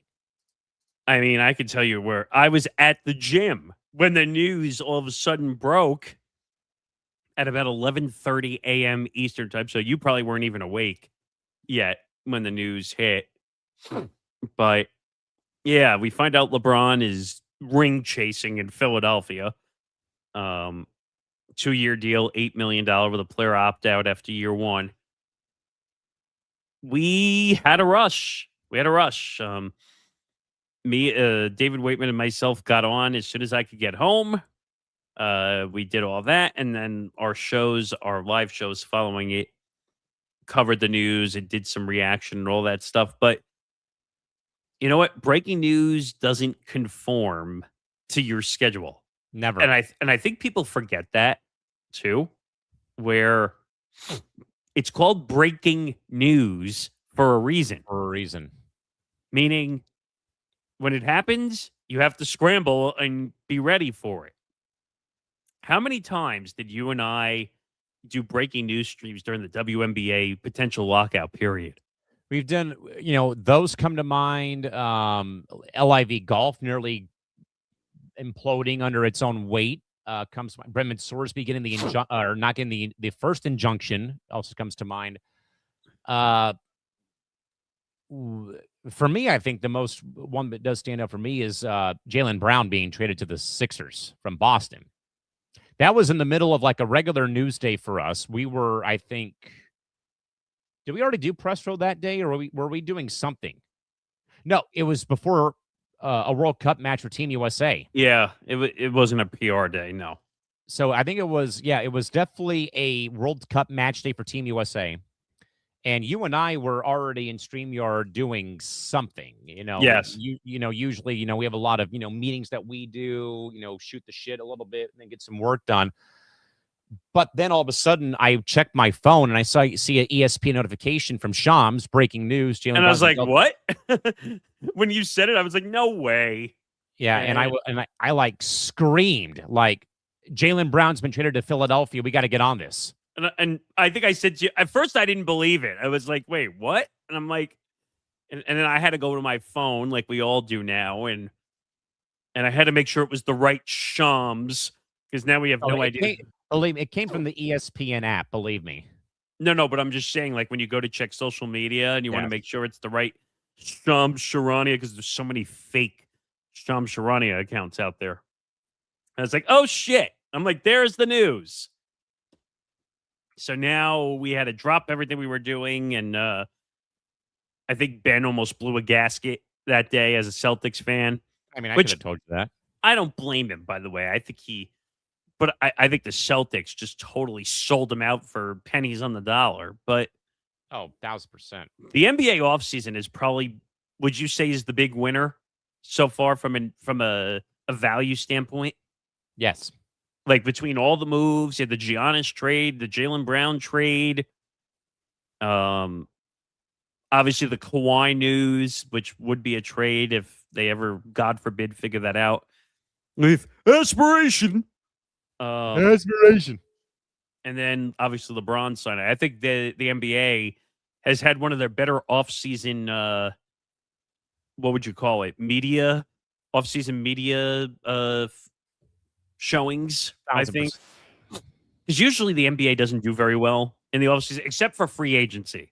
Right. That's usually like what, one day out of the summer on July 1st, usually? It's like a couple of days, like you have what do they call it? The non-tampering period, which I think is so stupid, by the way, because it's really just, it is tampering, but they just say it's non-tampering, but they've had an incredible offseason. And I'll tell you right now, I think baseball is going to have an incredible offseason content schedule. Wait till those streams start up. Oh, God.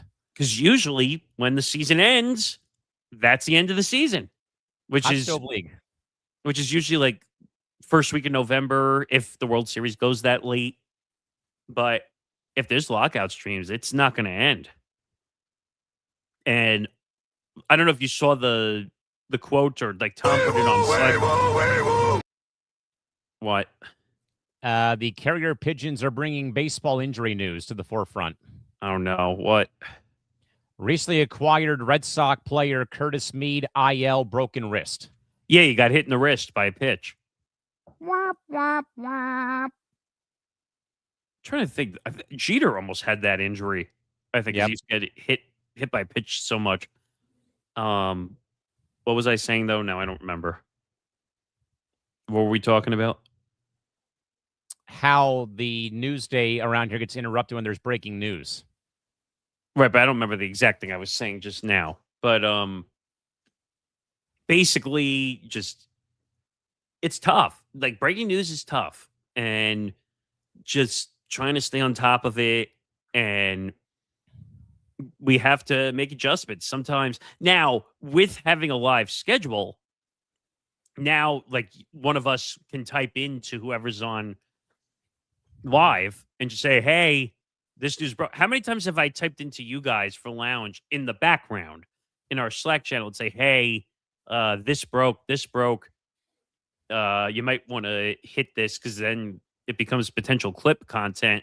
Right. Which, by the way, I haven't even looked.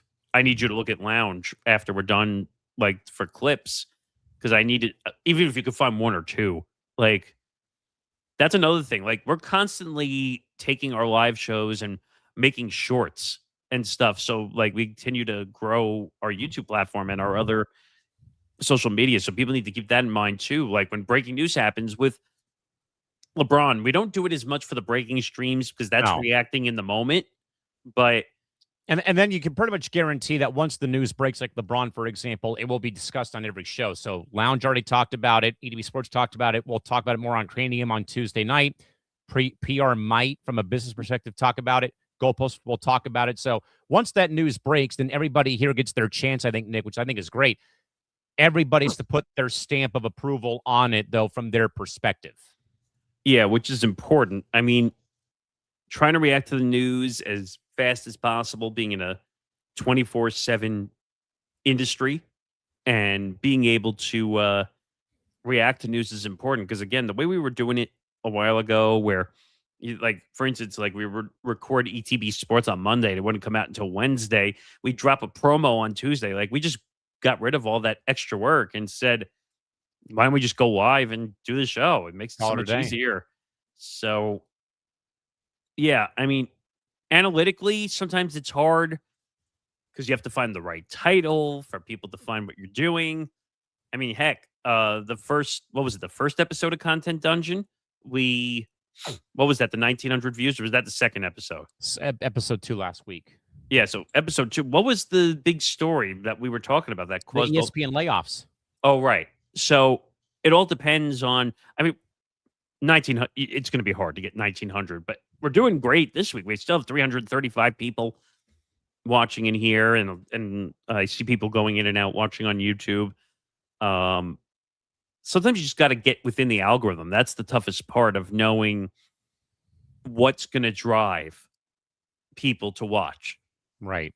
So the LeBron news is 1 in a million, like where it's just big news, and you got to figure out how to fit it in, because if you don't talk the breaking news, you're missing out on a ton of views and a ton of watch time that the YouTube channel could be getting. Right. In that regard. So, yeah, that's pretty much how we roll from a breaking news perspective. Yeah, I mean, breaking news is always one that's cool, but sometimes, like, like breaking news, depending on what it is, though, can either like zap your energy out of you or increase your energy. Like, if it's a very cool topic to talk about, or if it's even like, just talking about a trade happening, for example. Like, again, like literally, Nick and I were talking, here on StreamYard. And again, I checked my, Jaylen Brown traded, and I like yelled, like, Jaylen Brown just got traded. We got to hop on this. Right. But then you have the other side of breaking news where, like, how many times do we have to break things about Kathy Engelbert in the WNBA during the CBA? Oh, you've talks? got, I mean, well, that's one thing. And I'm sure we'll have plenty of that for baseball. But like, yeah, you've got some of the sleazy stuff, like, the leagues locking out. I think the worst breaking news is, announcing the death of like some big name player or some tragedy happening that affects games or affects communities and stuff of that nature as well. I mean, John Sterling passing away. John Sterling passing away. We had to talk about that. I mean, like, the WNBA stuff was brutal, but like, I give people a lot of credit. They came in and watched our live shows. I think we had 1,000 people watching our WNBA bonus hour at one point. Oh yeah, that was great. Like all the fans who came, though. I mean, yeah, we had a couple of dirt bags. That's with any content that we do here, but also like they generally gave their thoughts. Like we got to hear from somebody who was a Phoenix Mercury season ticket holder who talked about seeing and being a part of booing Kathy at the finals last year. How a lot of the teams have taken perks away from season seat holders, and it really have restricted access between the fan base and the players, which I think that was totally wrong for any franchise to do. Yeah. But also, like, you got other perspective, though, from fans, though, who have been, following teams and traveling for games, that, that this directly affects all of us that are sports fans in some capacity. Yeah, and we'll dive into this more on Press Row tomorrow, but just, like, all the situations going on with the W, just everything from months ago when we talked about the lockout to now, is Kathy Engelbert unfit to be the commissioner? Which I'll have more about that in about 6 hours on Cranium. And I think you and I both are on the same page that she's unfit to be the commissioner for the W. And Christy made a good point, and some other people said like she would run away from PR, like from being on it. And I said, why? Because we actually tell the truth.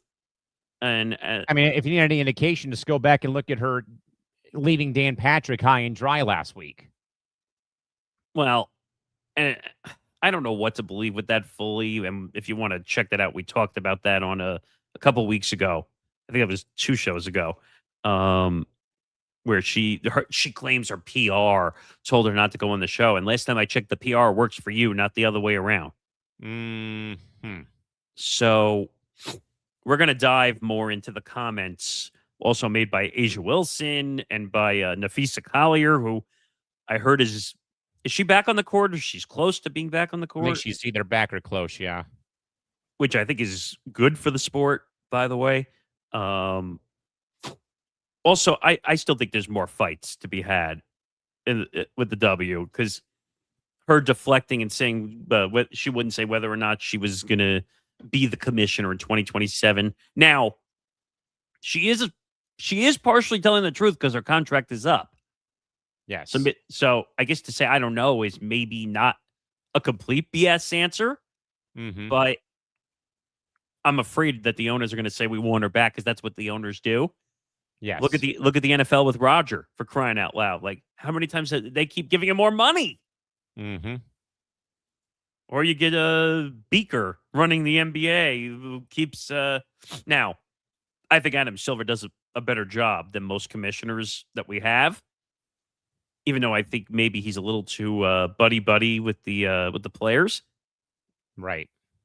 Rob Manfred, don't even get me started. I think he's just done a terrible job in general. And who am I forgetting here? The National Hockey League. Gary Bettman. Gary Bettman. I don't know why his name keeps slipping out of my head. You know why? Because he's not allowed commissioner. Yeah, neither is Don Garber, who might be on his way out pretty soon for retirement. But, like, see, is that odd, though, that, like, because I don't hear Commissioner Bettman yelling and screaming, like, I almost forget he's there. Like, Roger Goodell, he's there. Adam Silver, he's there. Rob Manfred, he's there, but it's the two niche sports that don't have all this chaos going on. But that might not be a bad thing either. No. Now, could Gary Bettman be doing more for the sport? I think he could be. 84-game season this year. It's a lot of games for the NHL, isn't it? Yeah. Shortened of 4 preseason games, 84 games. By the way, that's an NBA season. Almost. Isn't it? 2 games more now than the NBA. Oh, yeah, that's right. Because what are they? They're 82. Now the NHL is 80.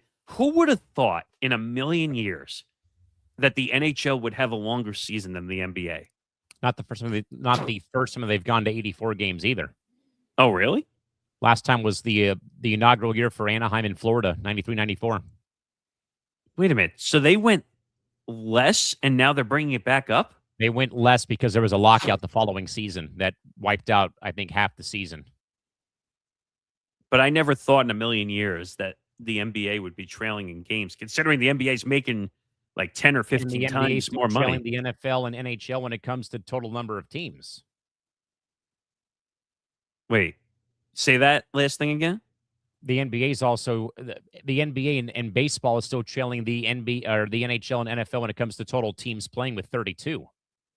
See, and that's where I think it's backwards. Like the NHL has the most teams, but they're not making the NFL. They have 32. No, but I'm saying the NHL is up there. Yeah. In teams, but they're not making the most money. Right. And same with Major League Soccer. They finally got to 30 teams last year. Yeah, but I think that's more an Apple TV issue than anything, that they're not gaining enough exposure. I don't know. You want to go a little inside baseball? Since we're not going to be able to talk about this tomorrow because I don't think it's in the show. But which one? The soccer deal.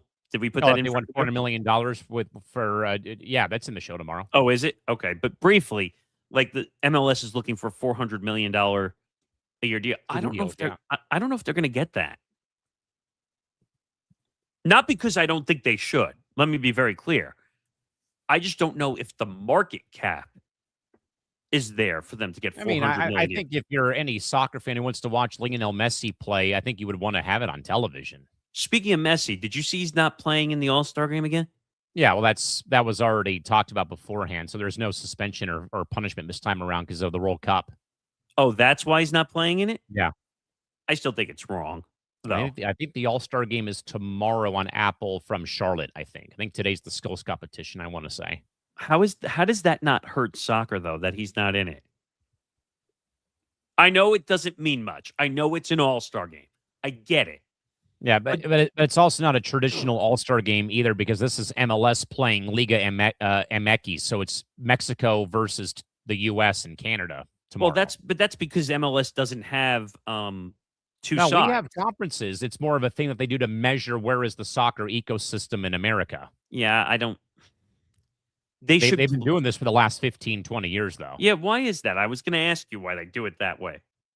I wonder that too. And one of my good friends, who's my friend Christian and Cecil, who I go to all these games with, said that they've been doing it to see can MLS finally hold their weight against the rest of the soccer world, and they have though for the last couple of years. But still, yeah. But when you're playing against the rest of the world, I think the world is going to win. Yeah, but now it's just MLS versus Liga MX. They don't play any of like the big clubs anymore, like they used to from Europe anymore. Oh yeah, they'd get destroyed probably. Oh yeah, last time they did, they got beat 7-0, I think, by Arsenal.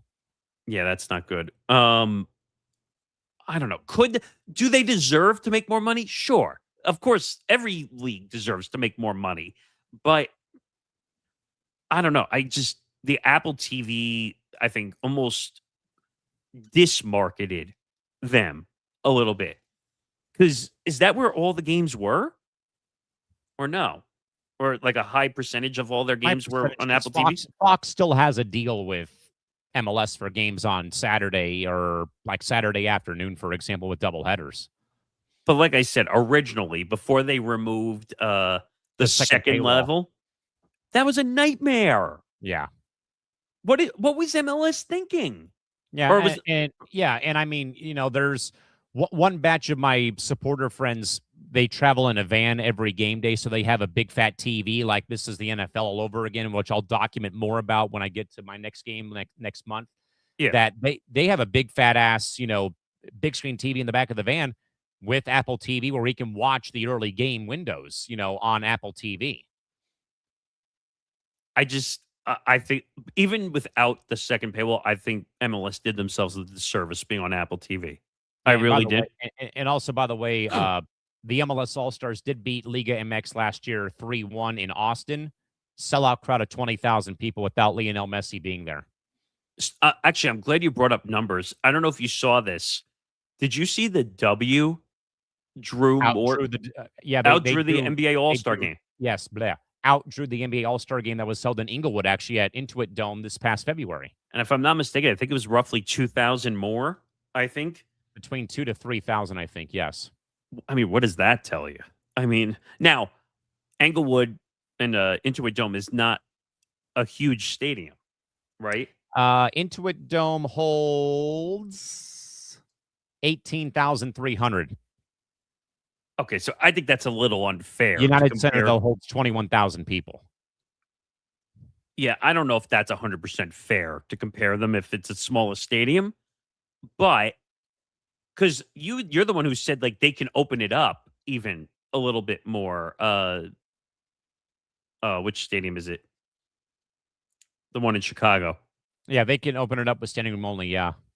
So I don't know if that's a fair comparison, to be honest, but it also tells you, well, the WNBA product, we'll get into more of the business aspect of what happened in Chicago for the All-Star weekend and how USA Today might have completely taken a bite out of Caitlin Clark and for really stupid reasons, by the way. Yeah, I mean, I like I said, I got to go to Intuit Dome last basketball season when the Clippers played the LeBron-less Sixers last year, and me and my friend who went, she's a big Sixers fan, so we went to the game, and we were like the last row of our section in the upper level, $20 tickets to watch the NBA in person.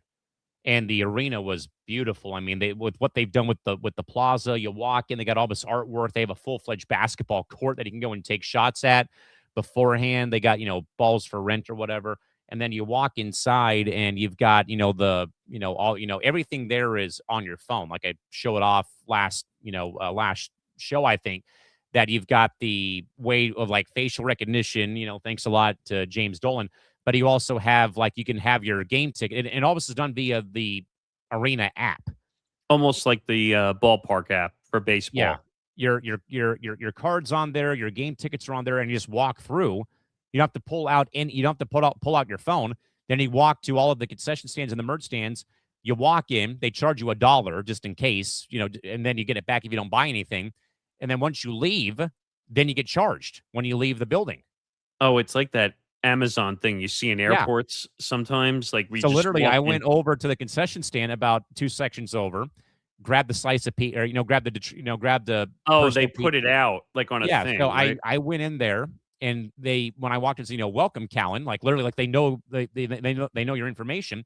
You walk in, you grab your shit, you leave, and then right as I left, I checked my phone.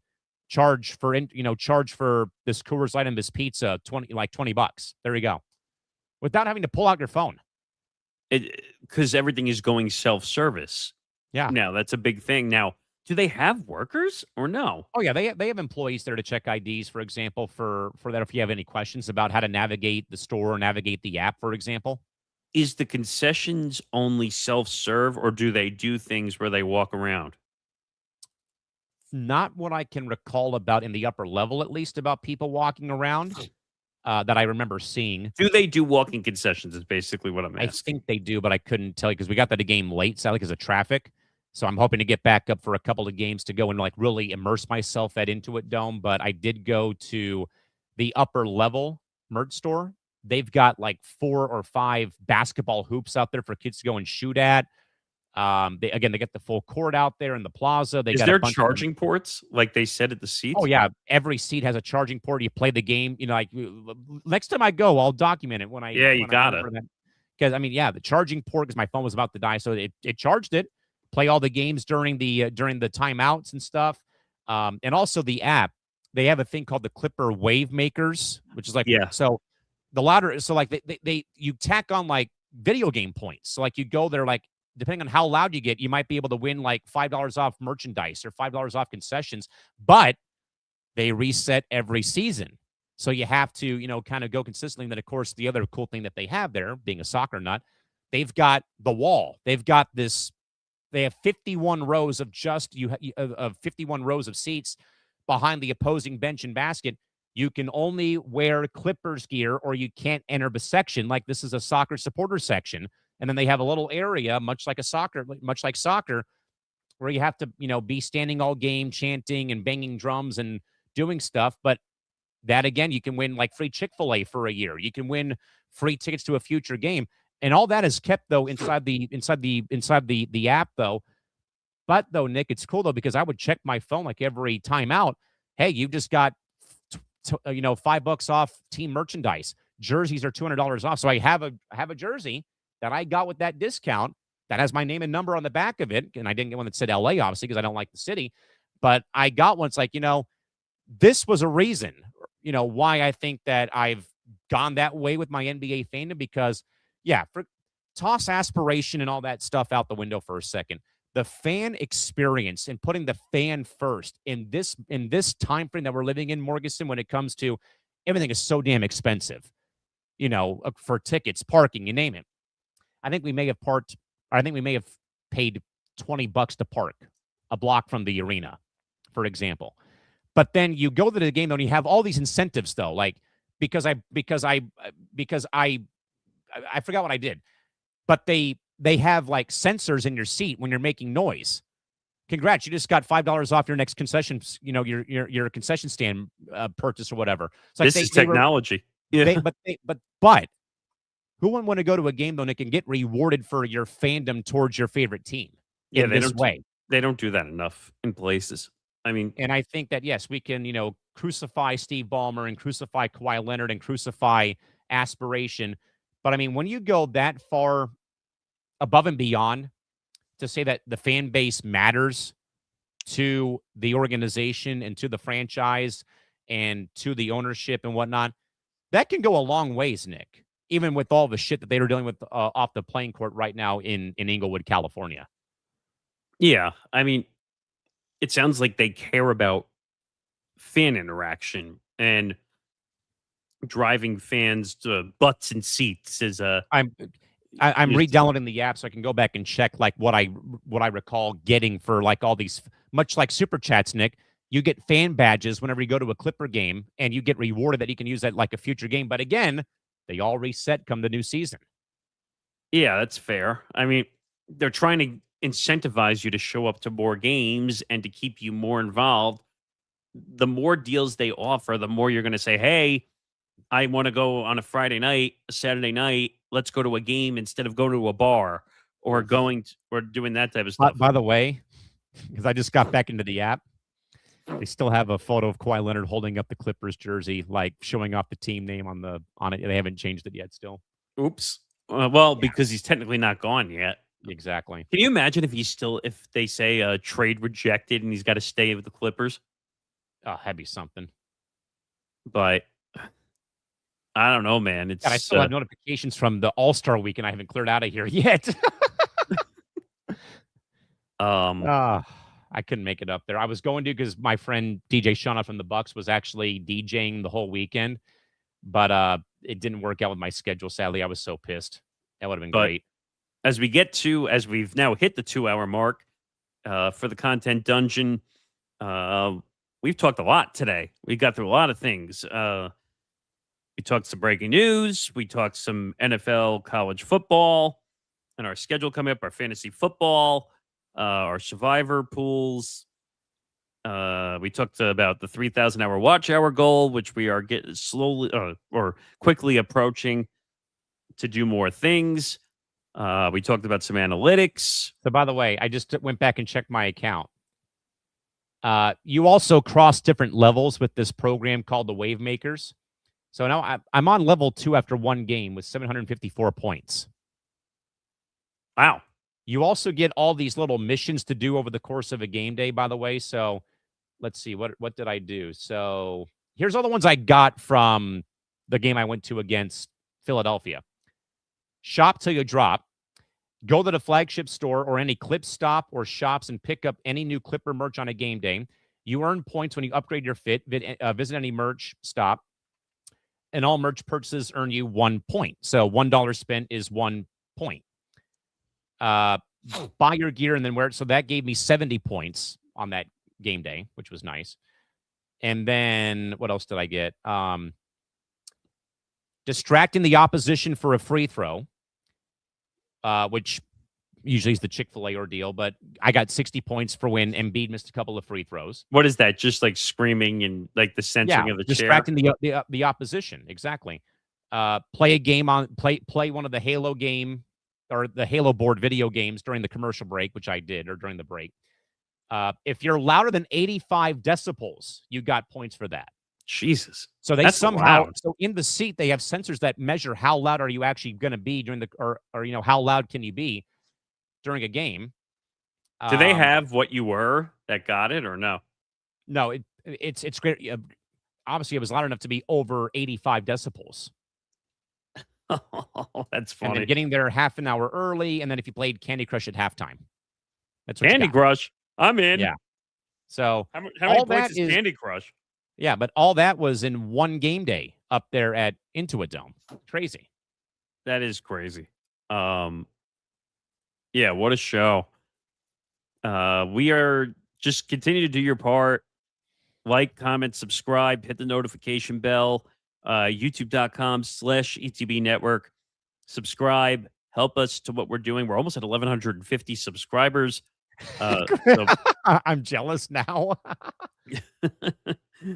But yeah, just get involved in everything we're doing. We are going to do this show. It'll probably be Monday. That's probably because Givin Takes. Oh, I forgot about that. Givin Takes starting the week of September 1st will be on Tuesday so that he can react to Monday Night Football. So actually, that'll be great for us. Like to do the Monday show at night. Maybe. Either as a little react pre-show or maybe during the game. So we'll figure that one out. But Givin Takes the week of September 1st officially and then permanently moves to Tuesday from 9:30 to 10:30, leading into the Cranium, which is tonight. Don't miss Callan's Cranium airing tonight at midnight Eastern, 9 p.m. Pacific.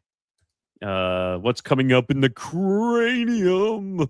Coming up tonight, Inside the Cranium, all things LeBron to Philadelphia. Is Kathy Engelbert fit to lead the WNBA forward? Trade deadline predictions, but also a new segment debuts, Nick, of almost like a Nate Miller top 10. Who do I have being the next 10 inductees into the Baseball Hall of Fame as Hall of Fame weekend's come and gone? Ooh, that's good. I like that topic. Yeah, so don't miss that tonight. And then you're back again. Doubleheader mode with me for Press Row, 2 p.m. to 5 p.m. Eastern time tomorrow. And again, we'll get into the whole Ryan Clark situation, him being interviewed on his own podcast, The Pivot. We'll get into Kathy Engelbert. What else did we have listed for the show? But a lot of WNBA All-Star recap. I'm trying to think. What else did we have planned for the show? Ward Manuel. Oh, yeah. Ward Manuel. Also, we'll get into the UNC Michael Lombardi investigation from a bigger point of view. We'll talk about Caitlin Clark versus Nancy Armour. Making a unfortunate comparison. So don't miss that tomorrow. Press Row, 2 p.m. to 5 p.m. Eastern time.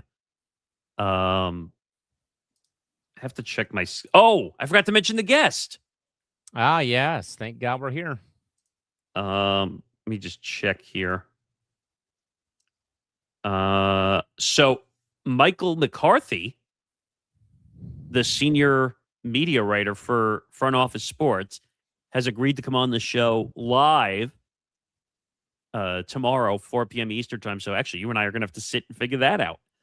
We will, yes. We're going to talk ESPN layoffs. We'll get into a little bit of the WNBA stuff.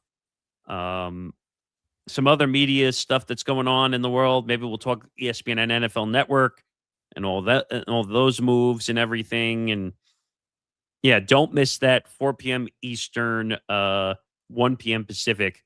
Probably be 20 to 25 minutes, probably. Yeah. So that's a big guest, by the way. I've been trying to get Marchand or McCarthy or those Jimmy guys. Traina. I'm going to get Jimmy Traina at some point. He was just busy when I tried to get him last time. But I like McCarthy. He's a decent guy. But that'll do it for the show. Like I said, don't miss Callan's Cranium tonight, midnight Eastern, 9 p.m. Pacific. As you go deep inside, the inner machinations of his mind are an enigma. Are you sure about that? Maybe. I don't know. Follow the network at ETB Network, like I said, across all social media platforms. And thank you to the almost 360 people who have been in here watching the show. It is gladly appreciated. I think this show is a gold mine. It does well. We could talk about the inner workings of the network across some other trending things as well. But until tomorrow, until for you at midnight, but until tomorrow, when the two of us are back with you with Press Row, that'll do it for this show, for the Content Dungeon. And like always, we say goodbye in the royal way for the Content Dungeon. For Callan McClurg, I'm Nick Morgasen. Have a good night, everybody.